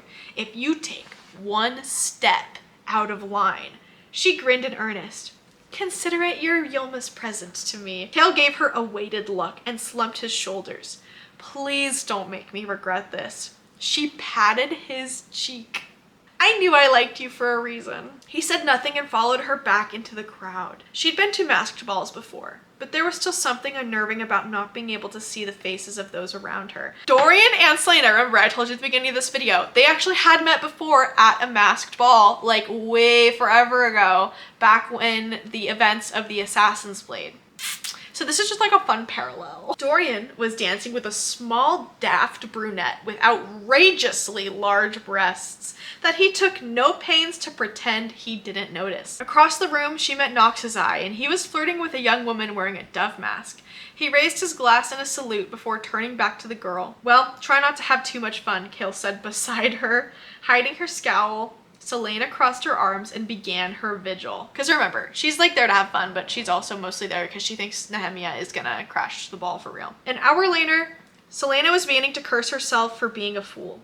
Nehemia was just sitting with the queen, and she hadn't even looked in Selena's direction. How could she even consider that Nehemia, of all people, would turn out to be evil and attack anyone? Selena burned with shame. She smoothed the fur on her dress, frowning slightly. Kale remained beside her, saying nothing. Was he scaring off all of the suitors that might ask her to dance? Selena strained as Nehemia rose from her seat. "You look beautiful, Lillian," Nehemia said in the common tongue with her accent thick. It felt like a slap in the face. "As do you," Selena said tightly. "Are you enjoying the ball?" Nehemia played with a fold in her dress, and from the look of the rich blue fabric, it was probably a gift from the queen. "Yes, but I am not feeling well, so I am going back to my rooms." Selena gave her a stiff nod. "I hope you feel better," was all she said. Nehemia and Selena looked at each other silently for a long moment, and then Nehemia left. Selena watched her walk up the stairs and did not tear her gaze away until the princess was gone. Kale tensely clears his throat. "So, do you want to tell me what that was about?" She says, "None of your business." "What's wrong?" Kale presses. With you scowling at everyone, no one is going to ask me to dance, she makes up. Kale's dark brows rose. I'm not scowling at anyone. Even as he said it, she spotted him frowning at a passing courtier who stopped too long to look in Selena's direction. Stop it, she hissed. I want to dance. He gave her an exasperated look and strode off. She followed him to the border of the dance floor. Here, he said, standing at the edge of the sea of gowns. If anyone wants you to dance, you're in plain sight. Would you like to dance with me? With you? No. She looked at the marble floor, her chest tight. You know, you really don't have to be cruel. Selena, Parrington is just over there. I'm sure he's not happy about you being here, so I wouldn't risk drawing his attention any more than necessary.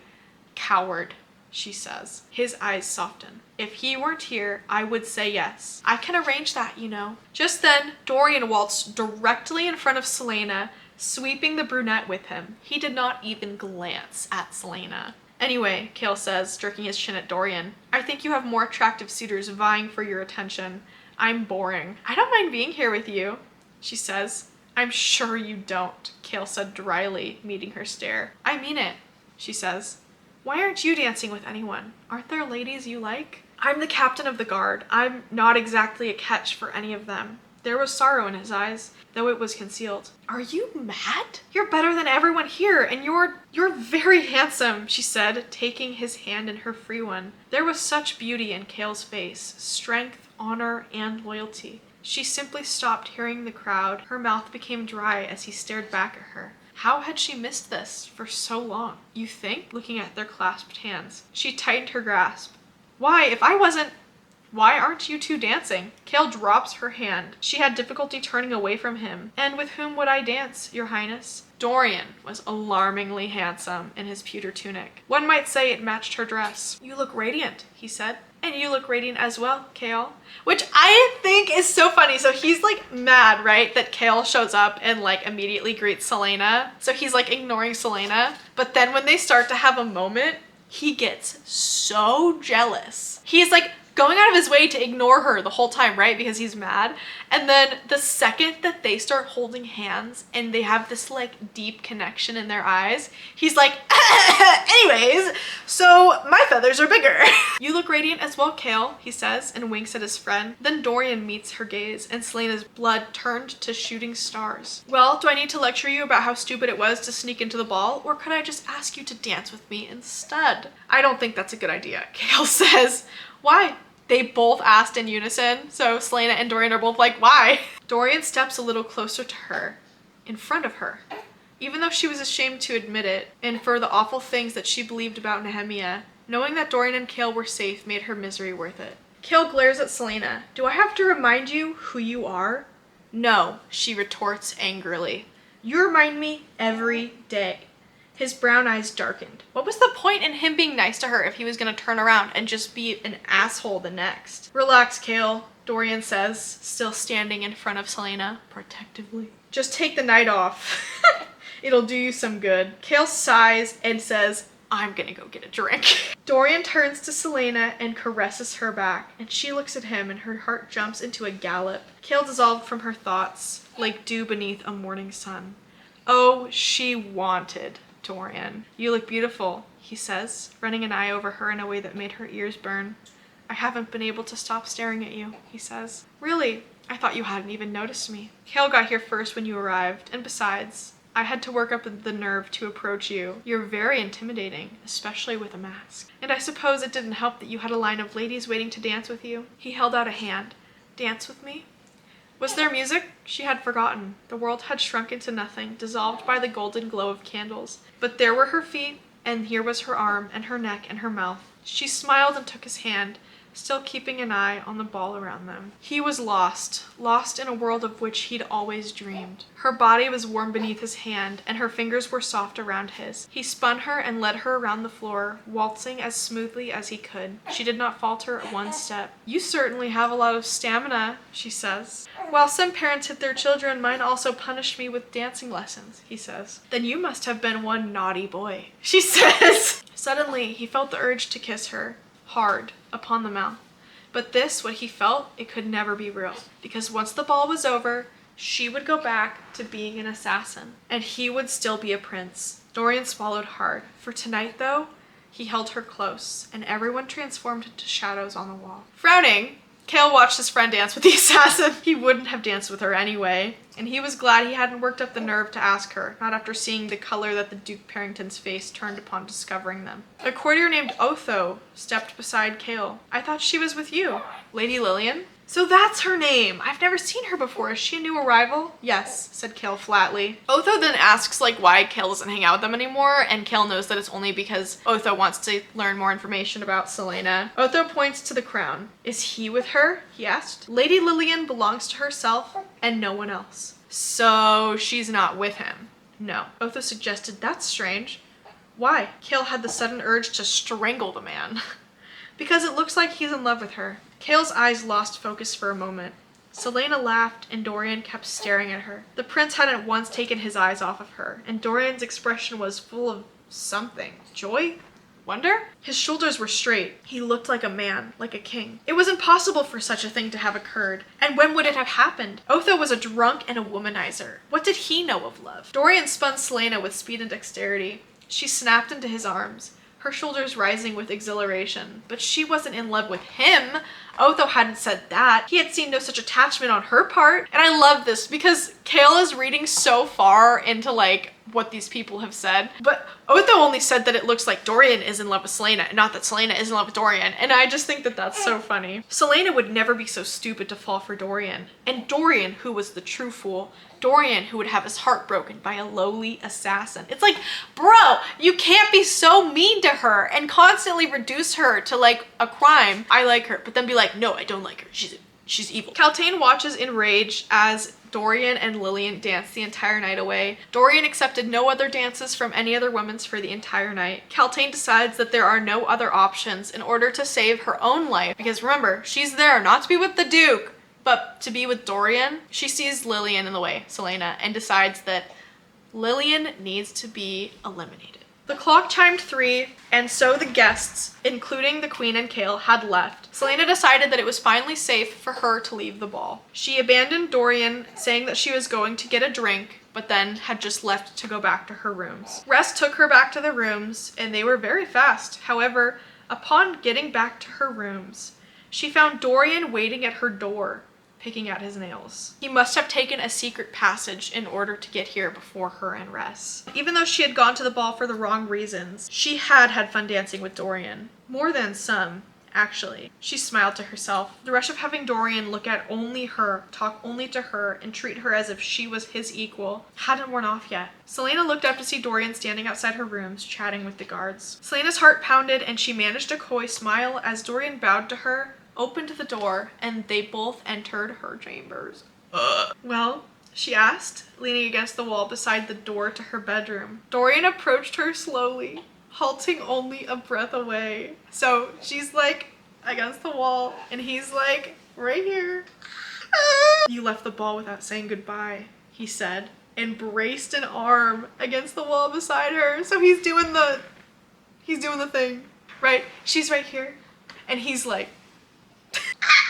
sorry, I live for these moments. Selena raised her eyes, examining his hand. I'm impressed you got up here so quickly, and without a pack of court ladies hounding you. Perhaps you should try your hand at being an assassin. He shook the hair out of his face and came nose to nose with Selena. I'm not interested in court ladies, he said thickly, and kissed her! I'm gonna read this part just because it's so cute. If you have children, skip to a different time code. I don't care where, just don't watch this part. His mouth was warm and his lips were smooth. Selena lost all sense of time as she slowly kissed him back. He pulled away for a moment and looked into her eyes as they opened, and then he kissed her again. This time it was deeper, full of need. Her arms were heavy and light all at once, and the room twirled around and round. She couldn't stop. She liked this, liked being kissed by him, the smell and the taste and the feel of him. His arms slipped around her waist, and he held her tightly to him. How different things were between them than when they had first met in Endovier. Her eyes opened. Endovier. What was she doing? Kissing the crown prince. A Havillard at that. I need to go to bed, she says, suddenly stepping away from him. Alone. He removed her fingers from his mouth, because she puts 2 fingers to his mouth and is like, I gotta go to bed. He removes the fingers from his mouth. He tried to kiss her, but she easily swings away under his arm and reached the door handle. She had opened the bedroom door and slid inside before he could stop her. She peered into the foyer, watching as he continued to smile. Dorian walked over and leaned against the door, bringing his face to hers. Good night, he whispered, and she didn't stop him as he kissed her again. He broke off before she was ready, and she almost fell onto the ground as he removed his weight from the door. He laughed softly. Good night, she said again, heat rushing to her face. Then he was gone. Selena strode to the balcony and flung open the doors, embracing the chill air. Her hand rose to her lips, and she stared up at the stars, feeling her heart grow, and grow. Dorian walked back to his rooms, his heart racing. I just love it. It makes me so giddy. It's like it's literally, I love it because it's like stolen looks and quick little hands grazing each other's hands. And it's so wonderful. Like the feeling of when you first kiss someone or when you've had your first kiss or like that super exciting, like bubbly feeling, you know? I just remember it so well, like when I met Chris for the first time and when we had our first kiss. Christopher's my husband, by the way. I don't know, man, it's just cute, I'm sorry. He could still feel her lips on his, still smell the scent of her hair and see the gold in her eyes. Consequences be damned. He would find a way to make it work. He would find a way to be with her. He had to. In the garden, the captain of the guard stared up at the young woman's balcony, watching as she waltzed alone, lost in her dreams. But he knew that her thoughts weren't of him. She stopped and stared upward. Even from a distance, he could see the blush on her cheeks. She seemed so young and new. Still, he watched until she sighed and went inside. She never bothered to look below. We are officially in the ending throes of the book. We have less than 100 pages left, and it's time to get into it, dude. The rest of this one while I'm feeding my baby. Mothers are cool, okay? So Kaltain is with the Duke and he gives her a white lily. The Duke's black eyes bore into her and she frowns as he puts a hand on her elbow and steers her. You needn't pretend with me. I know that you watch the Crown Prince truly. Kaltain gives nothing away and says, do I? Harrington ran a meaty finger down the spine of a fern. He's so disgusting. I know that your affections are not for me. But I also notice that Dorian notices Lady Lillian, and she is rather troublesome, isn't she? Lady Lillian? Kaltain blinked. How could he have noticed her wanting the prince? So she calls herself, Harrington murmurs. Kaltain balks. That's not her name? The Duke turns to her, his eyes as black as his ring. You don't honestly believe that girl is a purebred lady. Kaltain's heart stops. She's truly not? Harrington smiled and told her everything. Harrington and Kaltain decided that this woman, this assassin, had her claws in Dorian's heart. And if Kaltain was going to save their court and their kingdom, she could not let this woman deceive her prince. She is to face the remaining champions in a duel, he says slowly. And in the duel, she'll drink a toast in honor of the gods and goddesses. It wasn't just her tight corset that stole the breath from Kaltain as the Duke went on. She lowered her hand from the thorn. I was going to ask you to preside over the toast as a representation of the goddess. Perhaps you could slip something into her drink. You want me to kill her myself? The Duke raised his hands. No. But the king has agreed that drastic measures need to be taken. If we were to merely give her a dose of bloodbane, not lethal, just enough to make her lose control of her abilities, this would give Cain the advantage he needs. Kaltain is confused. Cain can't kill that tiny woman on his own? Cain thinks he can, but I don't like taking risks. Harrington grasped her hands. His ring was ice cold against her skin, and she fought the urge to rip her hands from his grip. Don't you want to help Dorian? Once he's free of her, then he will be yours. But you will have to kill him for it. All her mind could see was a crown and a throne, and a prince who would sit by her side. Tell me what I need to do, she says. Selena's researching the word marks again, and she comes across a page that makes her get a tightness in her chest. There, looking up at her, were the symbols she had seen near the bodies, and in the margin, written by someone centuries ago, was the explanation. For sacrifices to the Ritterak, using the victim's blood, mark the area around it accordingly. Once the creature has been summoned, these marks guide the exchange. For the flesh of the sacrifice, the beast will grant you the victim's strength. How could Nehemia be behind all of this? She hadn't seen Nehemia since the ball last night and hadn't dared to approach her or tell Kale what she'd learned. Nehemia had been deceitful about her language skills, and by the word, who knows what else. Selena fought the urge to keep her hands from trembling as she flipped through the pages. A Ritterak, that was the name of the beast? What was it, and why had it been summoned here? If it wasn't the word gates. She pressed the heels of her palms into her eyes. Someone was actually using the word marks to open a portal to summon this creature. It was impossible, because magic was gone, but the text said that word marks existed outside of magic. What if their power still worked? Nehemia, how could she do such a thing, and why did she need the champion's strength? How could she keep everything hidden so well? Nehemia had been a cunning actress, and maybe Selena had wanted a friend so much she hadn't overlooked all of the warnings. Selena knew that there was nothing Nehemia would do to keep her country safe. Ice moved through her veins. Unless Nehemia was here to start something bigger. Unless she didn't want to make sure the king spared Elway at all. Unless she wanted what few dared whisper.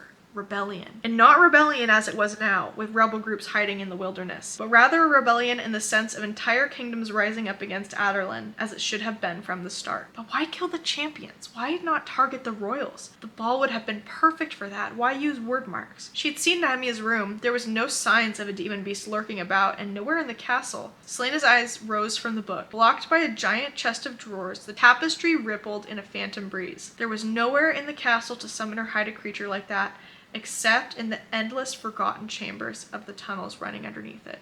Standing so fast, it was all Fleetfoot could do, her dog, she named her dog Fleetfoot, to leap out of the way as her chair toppled over. No, it wasn't true because it was Nehemia. Selena grunted as she pushed the chest aside and folded the tapestry from the wall. Just as it had been 2 months ago, a breeze leaked through the cracks, and it smelled nothing of roses. All of the murders had occurred within 2 days of the test. That meant tonight, or tomorrow, something would happen. The Ritterak, or whatever it was, would strike again, and with the marks that she kept finding painted under her bed over and over, there was no way in hell she was going to wait for it to show up. After shutting the whining Fleetfoot out of the bedroom, Selena covered the passage entry with the tapestry, wedged a book in the doorway to keep it from closing, and only once wished she had a weapon beyond a candlestick she carried and a makeshift knife in her pocket. Because if Nehemia truly had lied to her like this, and if Nehemia was murdering the champions, then Selena would have to see it for herself, if only so she could kill her with her bare hands. Down and down she went, her breath thick in the air. Selena studied the left and right passages. The one to her left led to a dead end, but the one on her right, that was the one she had taken to Elena's tomb. She had seen countless other passageways leading to unknown places. She stepped closer to the archway and froze when she saw the steps that descended into the murky darkness. Footprints led up and down. Nehemia and her creature must have been creeping around down here, just floors below everyone else. Hadn't Varen died just after he'd taunted her in front of Nehemia? Yeah, that's true, because Nehemia and Selena ran into Cain and Varen and they were taunting her, and then later that night Varen died. Selena clutched her candlestick tighter. Step after step, she began her descent down the stairwell, following the footsteps. And then whispers filled the corridor, slithering off the walls. She quieted her steps and shielded her candle as she neared. It wasn't the idle chat of servants, but someone speaking rapidly, almost chanting. And it wasn't Nehemia. It was a man. A landing approached below, opening into a door on her left. A greenish light seeped out of it onto the stones of the stairwell, which continued on past the landing. It was in no tongue that she recognized. It was guttural and harsh and grated against her ears. The man panted as he spoke, and finally he gasped for air. Silence fell.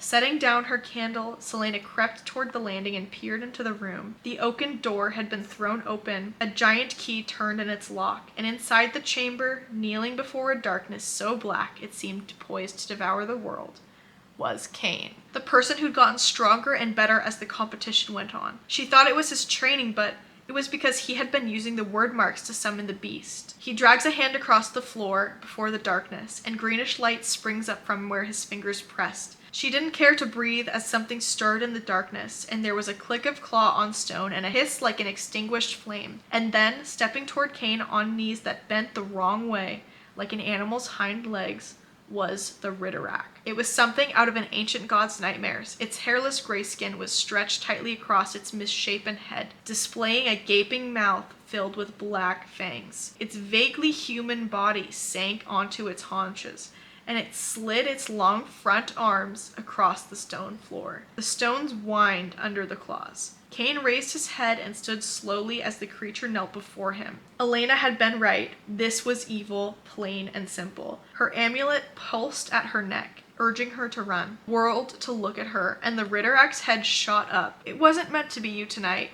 Cain said. "But this opportunity is just too good to waste." Cain was all she could say. Cain moved so quickly that she could only blink before he was behind her, her knife somehow now in his hand. No one human could move that quickly. It was as if he were no more than shadows and wind. Cain whispered from the doorway, pocketing her knife. "I'll never get to know how you wound up down here in the first place. Not that I care. Goodbye." The door slammed shut and locked. "Cain," she whispered, backing into the door, and she fumbled with the handle. "Cain, Cain, Cain!" she shouted. The Ritterak wanted her alive. It would incapacitate her and then sharpen its claws before devouring her. She couldn't breathe. Not like this. Not in this chamber where no one would find her, where Cale would never know why she disappeared, where she would never get the chance to tell Nehemia that she was wrong. And Elena wanted her in this tomb to see what, and then she knew. The answer lay on her right. The right passageway, the passage that led to the tome a few levels below. The creature sank back onto its haunches, ready to spring, and with a roar that shook the castle, it ran for her. Selena remained before the door, watching as it galloped for her, sparks flying from the claws as they struck stone. Selena was already running, straight at those black, rotting fangs. The Ritterak jumped for her, and she hurtled over the snarling thing. Thunderous, splintering boom erupted from the chamber as the Ritterak shattered the door. Someone wanted me to come here. Someone knew this would happen. Elena wanted me to see it. Please, please, please. As Selena hurtled down the passageway and into the tome room, she reached for Damaris, the sword of the ancient king. The creature snarled as she heard its deep intake of breath and the scrape of its nails departing the stone as it leapt for her again. She lunged for the sword, her left hand wrapping around its hilt as she twisted and swung it into the air. She only had time to see its eyes and the blur of its skin before she drove Damaris straight through the Ritterak's face. Pain lanced through her hand as she slammed into the wall and fell to the ground. Black blood that stank of waste sprayed all over her. She didn't move, not as she stared into the black eyes barely inches from her own, and not as she saw her right hand held between its black teeth. She did not remove her left hand from the sword, not even after those hungry eyes dulled and the body sagged. It was only when the amulet stopped throbbing that she blinked, and everything after that was a series of steps. First, she pried her hand from its teeth. It burned mercilessly. An arc of gushing puncture wounds encircled her thumb, and she swayed on her feet. It was surprisingly light, almost as if its bones were hollow. Then she yanked Damaris from its skull. She used her shirt to wipe Gavin's blade clean and set it back where it belonged. That's why she had been brought here, so that she could see Damaris and have a way to save herself. Selena paused beside Elena's sarcophagus and looked at the beautiful face carved into the marble. "Thank you," she simply said. Her vision blurred and her voice went hoarse. She tried leaving the tomb and slowly staggered up the stairs. When she was safely inside her chambers, Selena crossed her bedroom door and leaned there panting. Her wound hadn't clotted, and the blood was still pouring down her wrist. She listened to it drip on the floor. She should go into the bathroom and wash her hand, but her palm felt like ice. Her legs gave out and Selena collapsed.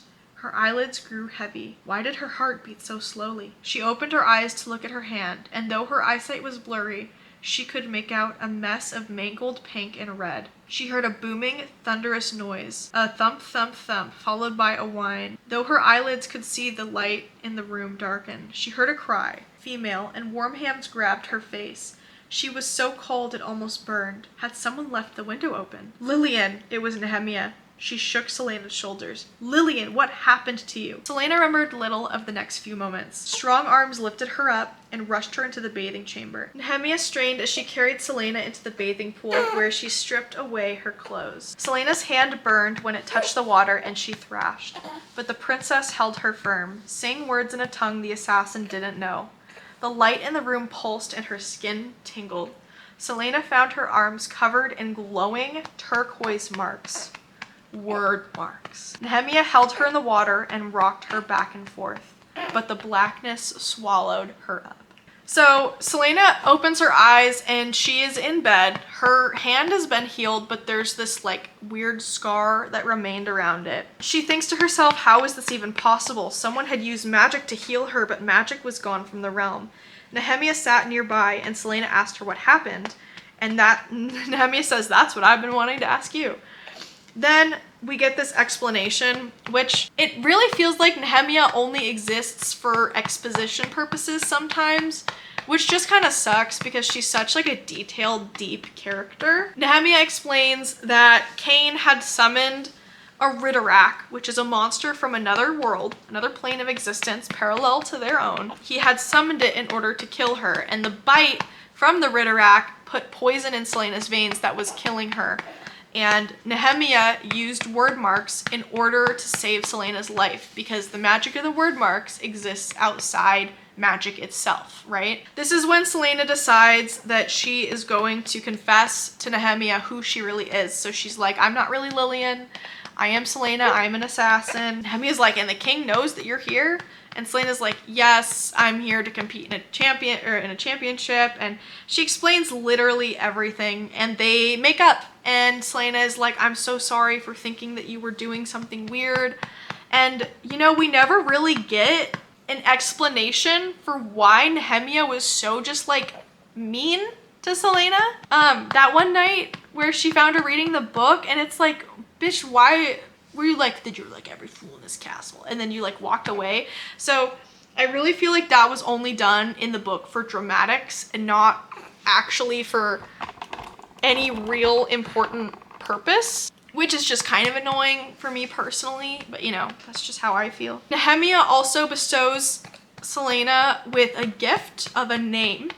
She names Selena Alentia, which is a name that Selena can carry when all of her other names get too heavy. Selena's other name is obviously Lillian. She kissed Selena on the forehead and says, I name you Alentia, which means a spirit that cannot be broken. Then we have a new scene. Selena is with Kale and he's like, so, did you like dancing with Dorian at the ball? And she's like, your words are kind of a bit harsh, dude. And he's being all kind of like mopey. She's like, well, you left, you didn't stay and watch me. And he's like, you don't need me to watch you anymore. And she's like, what? Yes, I do. There's a beast that's going around killing everyone. She decided not to tell him or Dorian about the Ridderak or what had happened with Nehemia and to keep it a secret. And she says, she thinks to herself, besides, it would be pointless to tell them.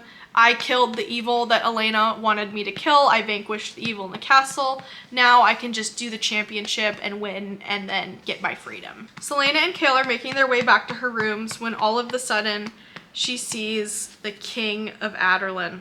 The king. Selena's heart gave a screech and dove behind her spine.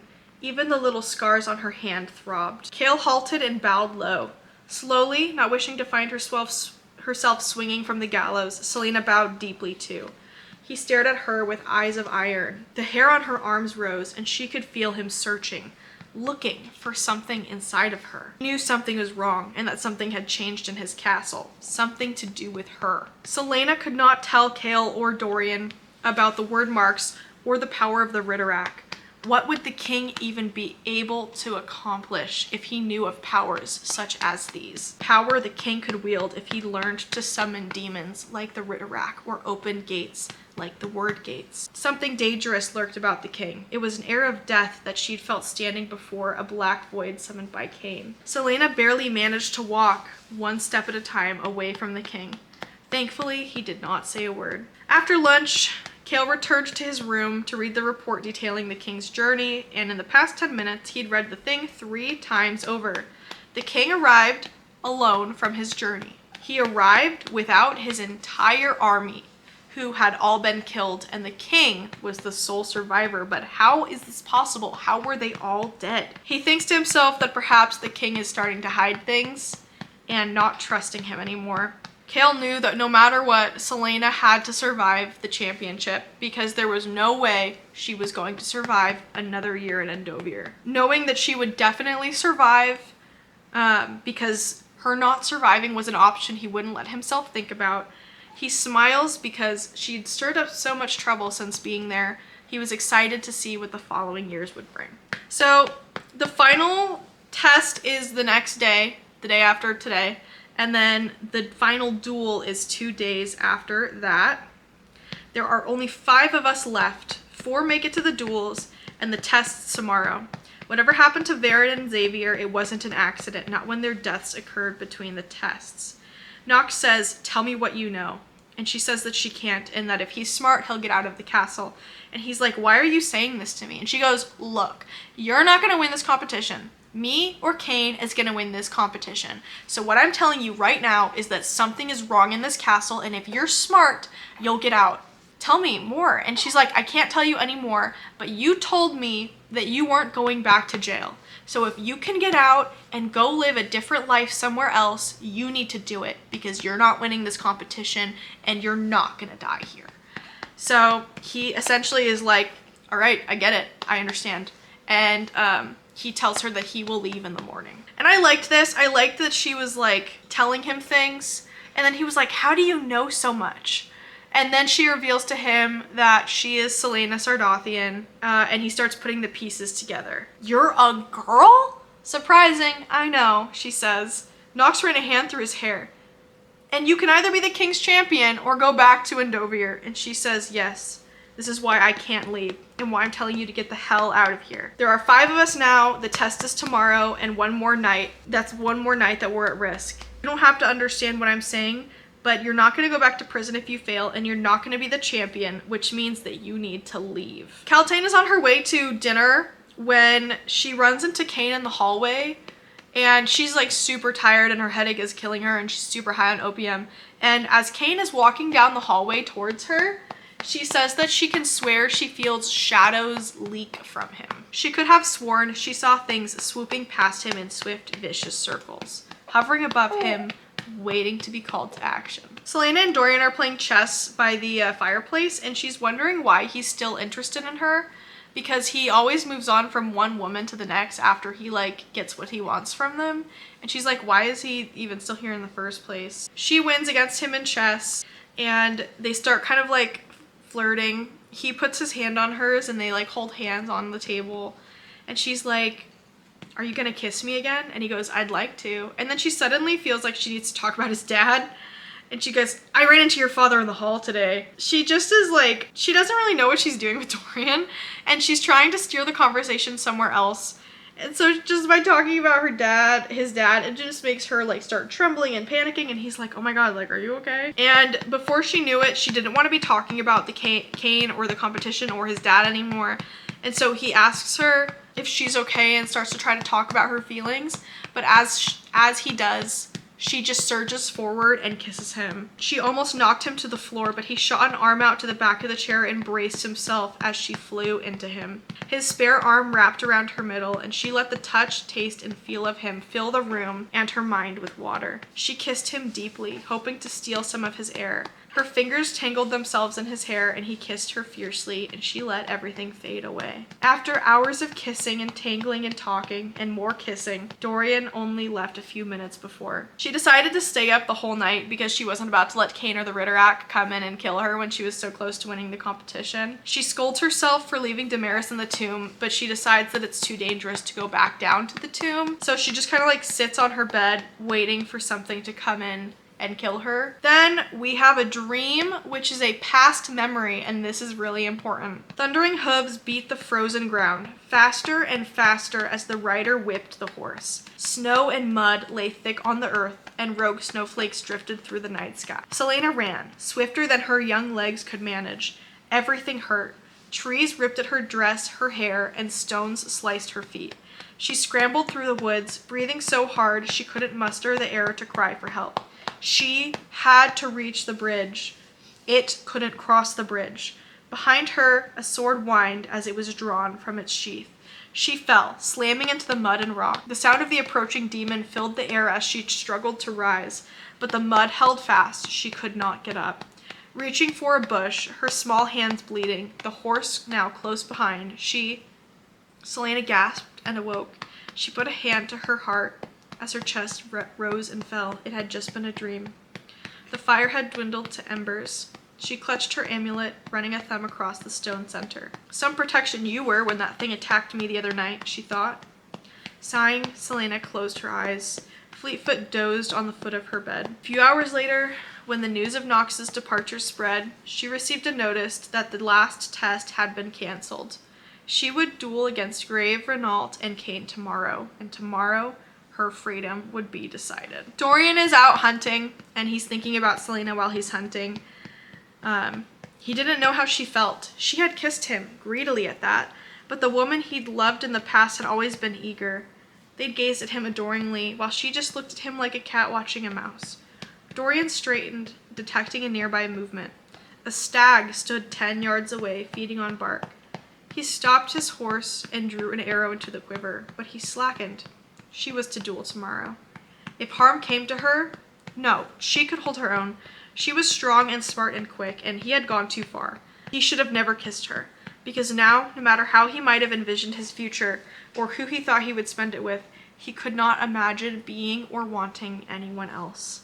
Selena starts considering her future being the king's assassin, and how now that she will be his assassin if she wins the competition, she will have no say in anything. Nothing will be her choice. She's gonna have to kill whoever the king tells her to kill. And when she was an assassin of the keep, she at least had a choice in all of her contracts. The king could tell her to kill anyone. Did Elena expect her to say no to him?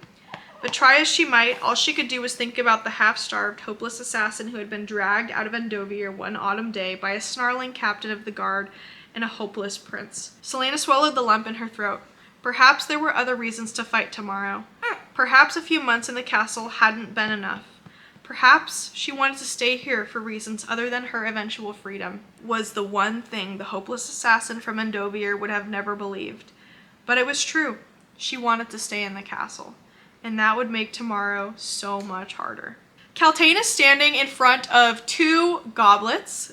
Duke Parrington comes over, and as he hugs her, she opens a vial secretly underneath the shadow of this huge man and his cape wrapping around her.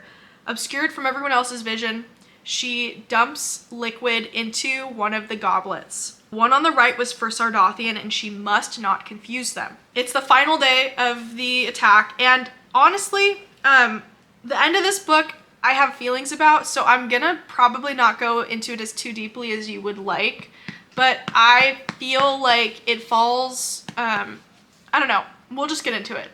Kane has to face one of the other champions, and she has to face Grave. Kale beats Renault, who is the other champion, so he is excluded from the competition, and Selena easily beats Grave. I mean, like, she takes him down super fast and swiftly. Like, she is super strong.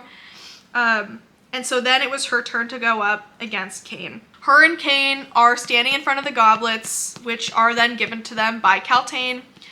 She gives the right one to Selena, which is poisoned, and the left one to Kane, and that officially marks the start of the end of the competition. She starts to feel like super nauseous, and she just blames it on, you know, her nerves and her being so nervous that like everything is almost over. And after the end of the battle begins, Selena starts to feel like really dizzy. Kale offers her his sword to fight with in the final competition, and Nehemia offers her her staff, her battle staff, to fight with. Selena decides that she will take the staff, which has a very pointed end. The battle staff that Nehemia gives her is actually made out of wood. Nehemia whispers into Selena's ear, "Let it be an Elwë weapon that you take them down with. Let the wood from the force of Elwë defeat the steel of Adarlan. Let the king's champion be someone who understands how the innocent suffer." Selena thinks to herself that Elena had said something really similar to her in the past. Selena looks at Kane and wonders how on earth she is supposed to take down the size of him.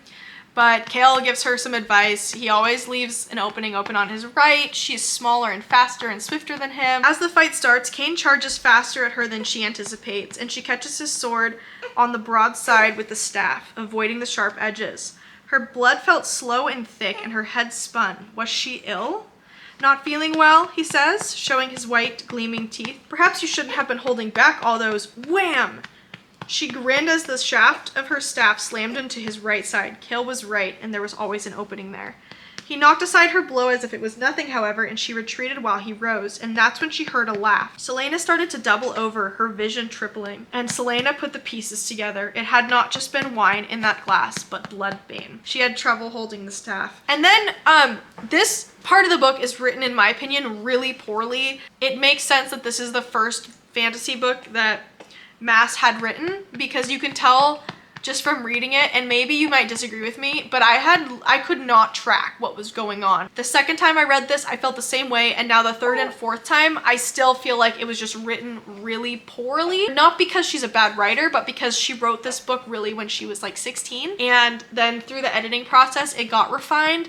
But you can tell, like, when you read Mass's current works, and even the books at the end of the series, she knows what she's doing when she's writing fantasy, and it makes sense. But right here, it's just very confusing, so I'm gonna explain it to you. Cain and Celaena are fighting in the arena, and Celaena is completely unable to function. She can't hold up her staff. Cain snaps it in half, and she starts to have visions and, like, hallucinate.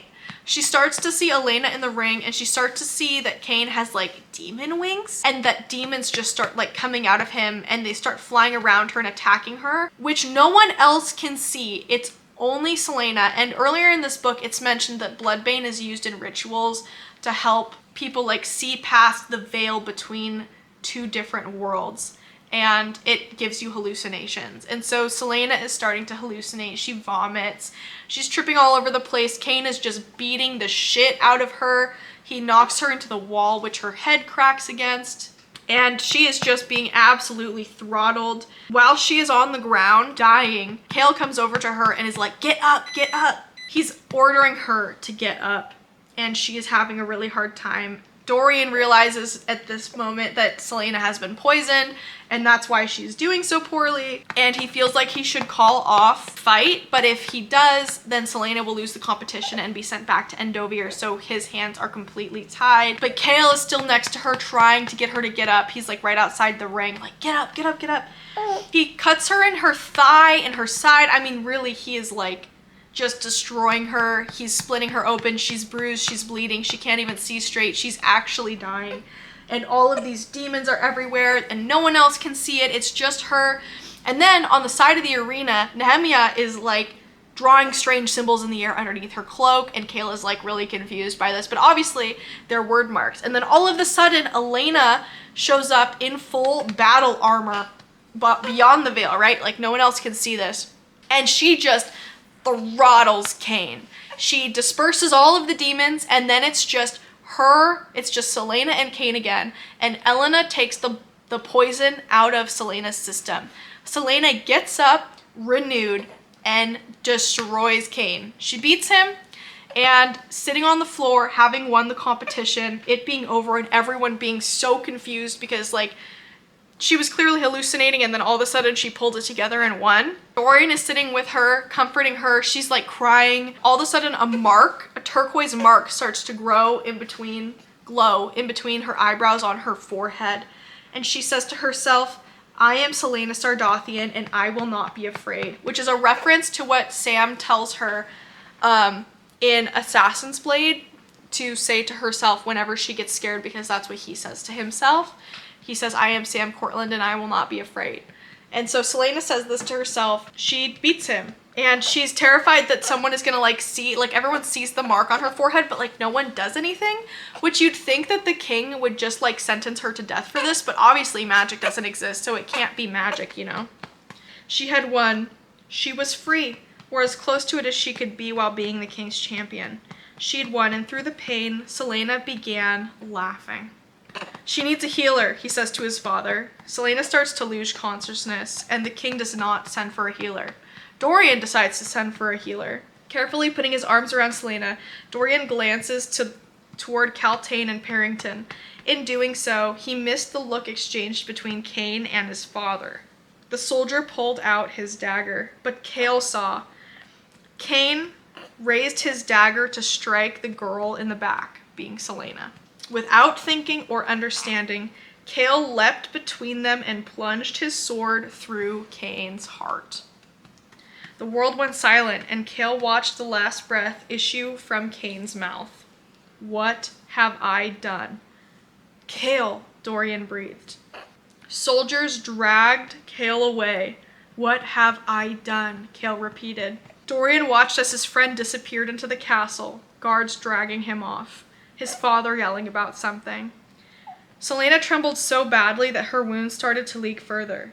She realizes that even though she won the battle, the king was going to have Cain kill her regardless, and Cale killed Cain before he could do that. Now, instead of it being a happy moment where she won her freedom, she's watching guards drag her friend Cale off into the dungeons, worrying that they are going to kill him. Dorian is screaming. He doesn't know what to do. He's trying to sort out how to make sure that Celaena is actually safe, and also what the hell is happening to his best friend. He hated himself for not acting, for standing like a coward while Cale killed for her. She didn't fight him when he carried her into her rooms, instructing the physician to follow. He was done with the politics and intrigue. Dorian loved Celaena, and no empire, no king, no fear would keep him from her. Not even if they tried to take him from her. He would rip the world apart with his bare hands, and for some reason, that thought did not terrify him. So, Cale's in the dungeons, Dorian and Celaena are in her rooms, and she's being treated, and Calathane is standing there, bewildered. And she points at the Duke and says, I thought you said this would work. I thought you said this damned drug would work. And she picked up the goblet and throws it onto the ground. The king and the Duke just stare at her, and slowly the Duke rose from his seat. What is that in your hand? You know what this is. In her other hand from the goblet was the vial of poison. The damned poison I gave her, she murmured so only Parrington could hear. Poison? Parrington asked loudly, so loud that Calathane's eyes grew large. You poisoned her? Why would you do that? Why did the king not speak? Why did the king not come to her aid? He could clearly see that Celaena had been poisoned. You gave it to me to give to her. Parrington's brows furrowed. What are you talking about?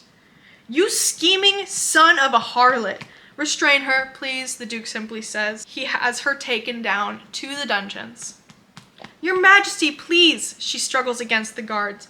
The Duke told me, and the Duke looked away, and she froze for a moment as she was being dragged away, and then starts violently struggling. I'll kill you, she yells as she's dragged down to the dungeons. Dorian and his father are standing together, and he's like, are you gonna kill Cale for killing Cain?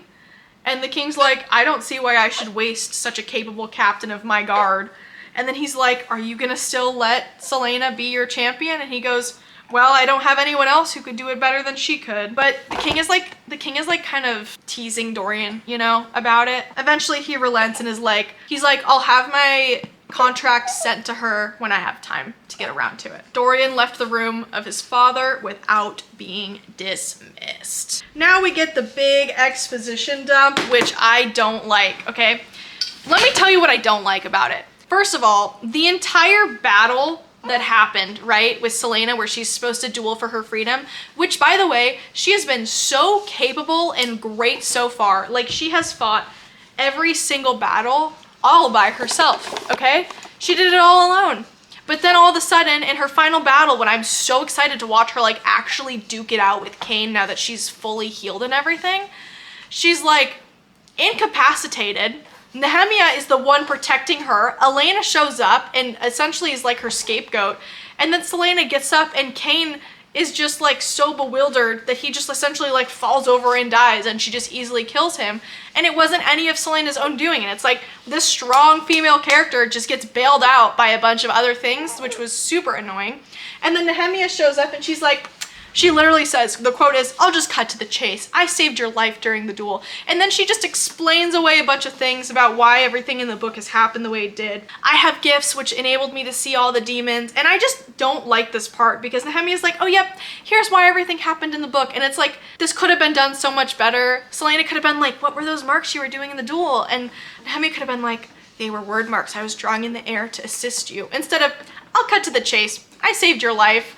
And then Nehemia literally says, aren't you wondering why I saved your life? And it's like, girl, please. Like, this part of the book, it's just so poorly wrapped up. The book is so good. And then all of a sudden it's like, yep, in case you're wondering, here's why everything happened. And I just really don't like it. Essentially, Nehemia was the one drawing the sigils underneath Celaena's bed, and the sigils, which were the word marks, were to ward away any possible demons that Cain could have summoned. And Celaena kept washing them away. And then Nehemia would just have to like keep redrawing them all the time. And Nehemia used word marks to heal Celaena's arm. Like, just, you know, all these things that essentially you knew. Celaena and Nehemia have a heart-to-heart moment, and they're both like, you're the bravest person I've ever known. You're the bravest person I've ever known. I love you, and I love you too. And it's just a bunch of like nothing. Nehemia's there, she reveals, to spy for the rebels, obviously, which was like literally not a secret to anyone. During the duel, Cain ripped off the necklace, which is the Eye of Elena, the real necklace, from her neck and tossed it to the ground, which was why the demons and the poison had such an effect over her. The eye was like warding it off, but then once it was ripped off of her neck, there was nothing to protect Celaena. Nehemia hands Celaena back the necklace and says that her guard grabbed it for Celaena and that she should put it back on, and explains what the Eye of Elena is, which is a magical amulet, you know, whatever. Celaena slept more soundly than she had in months, knowing that Cain was over with, that the evil that Elena wanted to be extinguished was gone, and that all was well. Hey. So I sat down to finally edit this video, and it turns out I never finished actually filming it, which is nuts, because I remember doing it and being like so proud and happy, but maybe I planned on finishing it later. Also, you're gonna hear a lot of kid noises because my son is 6 months old and he plays a lot. So he's got his whole play area right in front of me, my line of sight. So I'm gonna finish telling you about what happened. I have many options to choose from here. I've been slowly working on my Throne of Glass collection. These books are just really important to me. Let's pull this one. So the next day, Dorian comes and enters the home, well, you know, her rooms. And she's like, hello, Horsley. And he goes, wow, you look worse every day. And she just like looks at him and she goes, I'm fine. Dorian is having a really hard time coming to terms with the fact that Celaena almost died and that he just like stood there and didn't do anything about it. He just kind of like let the fight go on. And he's explaining to her that he lost sleep over it. He doesn't understand how one moment she's literally taking down graves so fast, and then the next she's just getting completely like toasted. She's like, I suspect I look as bad as I feel, and he says, I've never seen you look lovelier. And then he looks at their bed, like, you know, her bed, but you know, they've been like canoodling. He's like, do you mind if I lay down? I'm exhausted. She doesn't object as he removed his boots and unbuttons his jacket. With a groan, he stretches out beside her, putting his hands on his stomach. She asks him how Kale is, and he says that he'll be fine. He took yesterday and today off. Celaena starts to try to like bring it up, and like the whole Kale killing, and Dorian's like, no, Kale knew what he knew what he was doing. I should have been the one to do it though. He's like, I should have sliced Cain open the second he laid a hand on you. I should have had him disqualified. And then she goes, you're starting to sound like an assassin, my friend. And he goes, perhaps I spend too much time around you. Celaena removed her head from the pillow to rest in the soft space between his shoulder and chest. Heat rushed through her. Her body almost seized up in agony as she tried to turn over though. Dorian, she began, and he flicked her nose. Yes, he says, resting his chin on her head. When you retrieved me from Endovir, did you actually think I'd win? Of course, why else would I have bothered to journey so far to find you? She snorted into his chest, but he gently lifted his chin. I knew you'd win the moment I met you, he whispers. Though I'll admit I didn't quite see this coming, and no matter how frivolous and twisted that competition was, I'm grateful it brought you into my life. As long as I live, I'll always be thankful for that. Do you intend to make me cry, or are you just foolish? Dorian leaned forward and kissed her. It made her jaw hurt. We got this King of Adarlan POV, which is a pretty big deal. Seated on his glass throne, the King of Adarlan stroked Nothung's pommel, which is the name of his sword. Harrington knelt before him, waiting. Let him wait. Though the assassin was his champion, he had yet to send her a contract. She was close with both his son and Princess Nemia. Would appointing her somehow be a risk? But the captain of the guard trusted the assassin well enough to save her life. The king's face became like a stone. He wouldn't punish Cale Westfall, if only to avoid Dorian raising hell in the captain's defense. If only Dorian had been born a soldier, not a reader. But there was a man somewhere in Dorian, a man who could be honed into a warrior. Perhaps a few months at the battlefront would do him some good. A helmet and a sword could do wondrous things to a young man's temperament. And after all that show of will and power in his throne room, Dorian could be a great general if he was pushed. As for the assassin, once her injuries were healed, what better person to have do his bidding? Celaena Sardathian was his best and only choice now that Cain was dead. The king traced a mark on the glass arm of his seat. He was well versed in word marks, but he'd never seen one like hers. And if there was an indication on some fell deed of prophecy, he'd have the girl hanging by nightfall. Your manipulation of Kaltain was interesting, the king said. Were you using the power on her? No, I've relaxed it recently, as you suggested, the Duke replied. Besides, she was starting to look noticeably affected, drained and pale, and she even mentioned the headaches. The treachery of Lady Kaltain was disturbing, but had he known of Parrington's plan to reveal her character, even to prove how easily she'd adapt their plans, and how strong her determination ran, he would have prevented it. Such a public revelation only brought about irritating questions. It was clever of you to experiment on her. She's become a strong ally and still suspects nothing of our influence. I have hopes for this power. High hopes indeed. Cain proved the physical transformative effects, and Kaltain proves the ability to influence thoughts and emotions. I'd like to test its full ability to hone the minds of a few others. Part of me wishes Kaltain hadn't been so susceptible, grumbled Parrington. She wanted to use me to get to your son, but I don't want the power to turn her into Cain. Despite myself, I do not like the thought of her rotting in those dungeons for long. I really like the King of Adderland POVs. Hi, baby! Celaena leaned back in her seat and propped her feet up on the table, balancing her chair precariously on its hind legs. It had been a week since the duel. Her doorknob clicked and her heart leapt in her throat. Was it finally time for her to sign a contract with the king? But it wasn't Dorian who entered, it was Cale. How are your injuries? He asked, his voice soft. I'm all right, she said quickly. The bandage is just to elicit sympathy now. I haven't seen you in a week. Are you all right? So they haven't seen each other since he killed Cain, who was about to kill Celaena. So this is kind of a moment. His brown eyes met hers. Suddenly, she was back at the duel. Prostrate on the ground, Cain laughing behind her. But all she could see, all she could hear was Cale as he knelt and reached for her. Her throat tightened. She had understood something in that moment, but she couldn't remember what. Maybe it was just a hallucination too. I'm fine, he said, and she took a step toward him, all too aware of how short her nightgown was. I just wanted to apologize for not checking on you sooner. She stopped barely a foot away from him.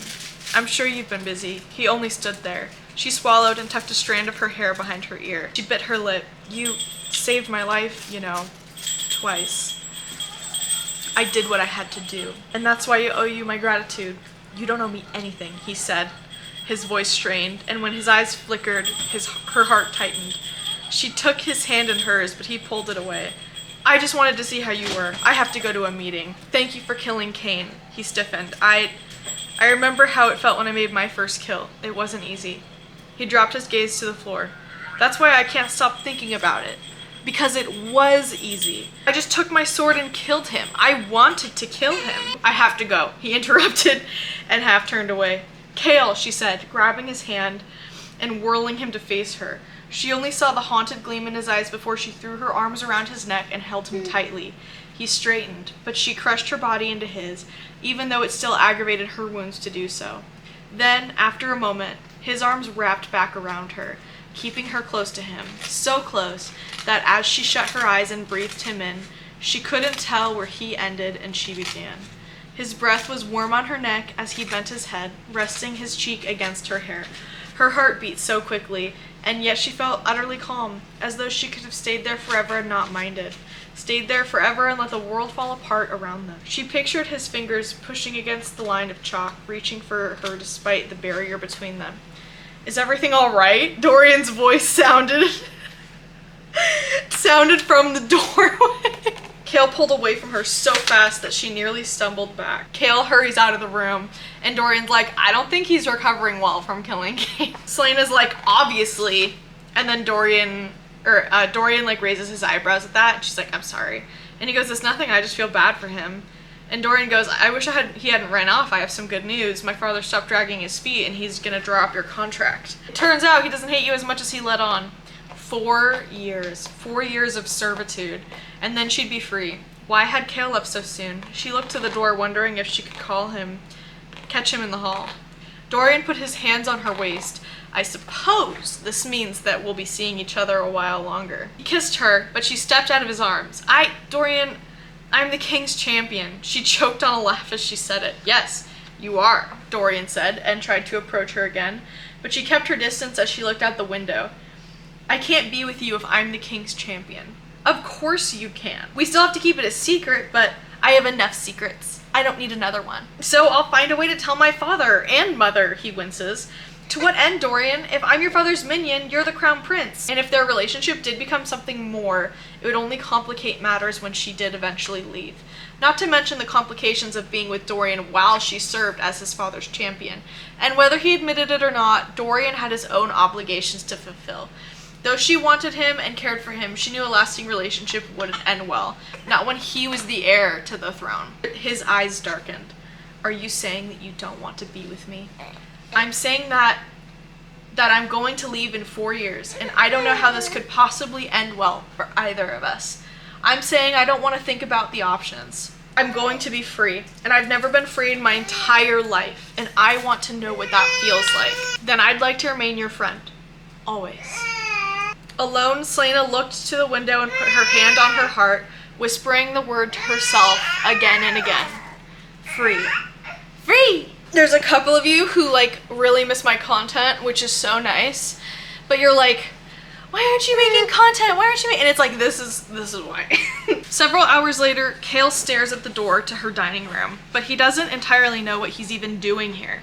He'd looked for Dorian in his rooms and he hadn't been there, and he needed to tell him that things weren't as they seemed when he walked in on Celaena and him earlier. Cale ran a hand through his short hair and opened the dining room door. Celaena was picking at her dinner, slouched in her seat. 2 visits in 1 day, she said. To what do I owe the pleasure? Where's Dorian? He frowns. Why would Dorian be here? I thought he usually came at this hour.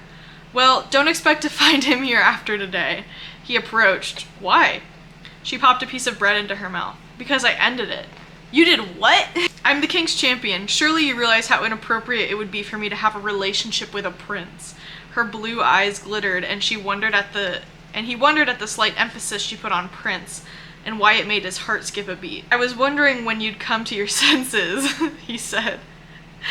Did she fret as he did? Did she constantly think about her blood-covered hands? There was still something soft in her face. It gave him hope. Hope that he had not lost his soul in the act of killing. She had come out of Endovir, and she could still laugh. And so could he. She twirled her hair around her finger, and he focused on her face. Would you like to join me? She asked, gesturing to the table. It's a shame to celebrate alone. To 4 years until freedom, she said. He raised his glass in salute. To you, Celaena. Their eyes met, and Cale didn't hide his smile as she grinned at him. Perhaps 4 years with her might not be enough. Then Celaena has a little dream meeting with Elena, who just gives us more backstory. And she's like, hey, you think that evil is gone? It's not. There's more for you to do. And she's like, I already did it. And Celaena's like, well, how will I even know when I need to do this next thing that you're telling me to do? And she goes, until that day comes, you don't need to worry because you're exactly where you need to be. From the king's side, you'll be able to see what needs to be done. But for now, enjoy your accomplishment. Elena bows her head and whispers, blood ties can't be broken. Following day, Celaena approached the glass throne, casting a worried glance at the chamber. Then, essentially, she's come to sign her, contract, and she's super nervous. She's having, a mini panic attack about it. She goes, thank you for such an honor and gift, your majesty. And he goes, lying won't help you. He explains that if she fails to complete her missions that he sends her on, assassination missions, that not only will he kill Cale and Nehemia, but Nehemia's family and any remaining family that Cale might have, and then also maybe he'll hurt Dorian. So it's she's trapped, because in her head she's like, how can I get around killing people that maybe don't need to be killed? But then it's okay, well, if she doesn't kill these people, then all of the people she loves are gonna be Hurt? The king sat on his throne again, and Selena bowed carefully, not taking her stare from his face. Only for an instant did she glance at Dorian, whose sapphire eyes gleamed with what she could have sworn was sadness. She felt Kale's hand graze her arm. Kale would die, and she couldn't send him to his death, or the Tiger family. With feet both heavy and light, she left the chamber, and outside the wind bellowed, raged against the glass spire. But it could do nothing to shatter the walls. With each step from the chamber, the weight on her shoulders lifted. Kale remained silent until they entered the stone castle. Well, champion, he said. Yes, captain? Are you happy now? I may have just signed away my soul, but yes, or as happy as I could be. Selena Sardathian, the king's champion, he mused. Do you want to know what your first mission will be? She looked at his golden brown eyes and all the promise that lay within them, linked her arm with his, and smiled. Tell me tomorrow. And that is the end of the Throne of Glass book. I hope that you enjoyed this video. I started making these videos before I ever even gave birth to Kai, and it has been a really long process to get through them all. So we've done Assassin's Blade and now Throne of Glass. I get to read Crown of Midnight now, which is gonna be super, super fun. Are you helping me with the video? This book series, like my overall book review of it was, I think, like a 3.5 out of 5, because I just felt like the ending was really flat. I didn't feel like she needed to break up with Dorian in this book. Like, if that was gonna happen, I wish it had waited and there had been more angst, but it kind of felt like it's just like, okay, we gotta wrap up. We gotta wrap this up, the book's ending, you know what I mean? And also, I wanted her to have actually gotten to go full out. That was really important to me because she's doing this training the entire time, you know, getting all of her muscle back. And then Nehemiah's like, yeah, so I want Miss Words. I saved your life and did everything for you there. So I even found your amulet and here's your amulet back, you know what I mean? So would have been really cool to see Selena actually fight, but we get so much of that later on, man. It's not even like, I'm so excited. The series is so close to my heart. So yeah, my only critiques were that, and then I like that there's this kind of like an open situation going into Crown of Midnight with maybe Kale and then seeing where that goes. But I do wish that they had left the Dorian thing also like open-ended. I wish there was more King of Adarlan POVs, and I loved the dual POVs in this book. I remember when I read ACOTAR after this series, I was so frustrated because there's only one POV, which is Feyre, almost like the entire time. And so I'm like, coming from Throne of Glass, where you get to get in the head of almost every character, to ACOTAR, and it's like, I, like first person, and I'm like, this is, I feel blind. I feel like I can't actually see what the characters are feeling and meaning. I love this book. I've read it now 4.5 times. Can't recommend it enough. I know I only gave it like a 3.5 out of 5 stars, but like the entire book leading up to it, the ending is just like a little, ugh, you know? I would give it 4 stars if the ending had been better, but there are books in this series which are 5 stars. They're just like later on. And also, I disagree with everyone being like, oh, the series gets better later. Oh, it's better later. It's like, I'll never tell someone to read a series that gets better in like 5 or 10 books. You know what I mean? I enjoyed all of these books as I was reading them. I loved Assassin's Blade, and then after I read Throne of Glass, that was my new favorite book. And then I read Crown of Midnight, and that was my new favorite book. And then I read Air Fire, and I was losing my mind. And then it just keeps going, and it keeps building, man. Like, I think that if you're used to something like Fourth Wing or ACOTAR, this series feels a lot slower. But this is, if you're like a smut person, it's here. It's just the characters and the relationships are really intricate. What are you saying? The characters in the series are really intricate, and so it does take like, you know, there's a lot of building up with like relationships, and you see kind of different characters get together and then break up, and then those characters get with other people and then they break up. So what? Thank you so much for watching this video, and tell me what you thought. All right, I'll see you guys later. Bye.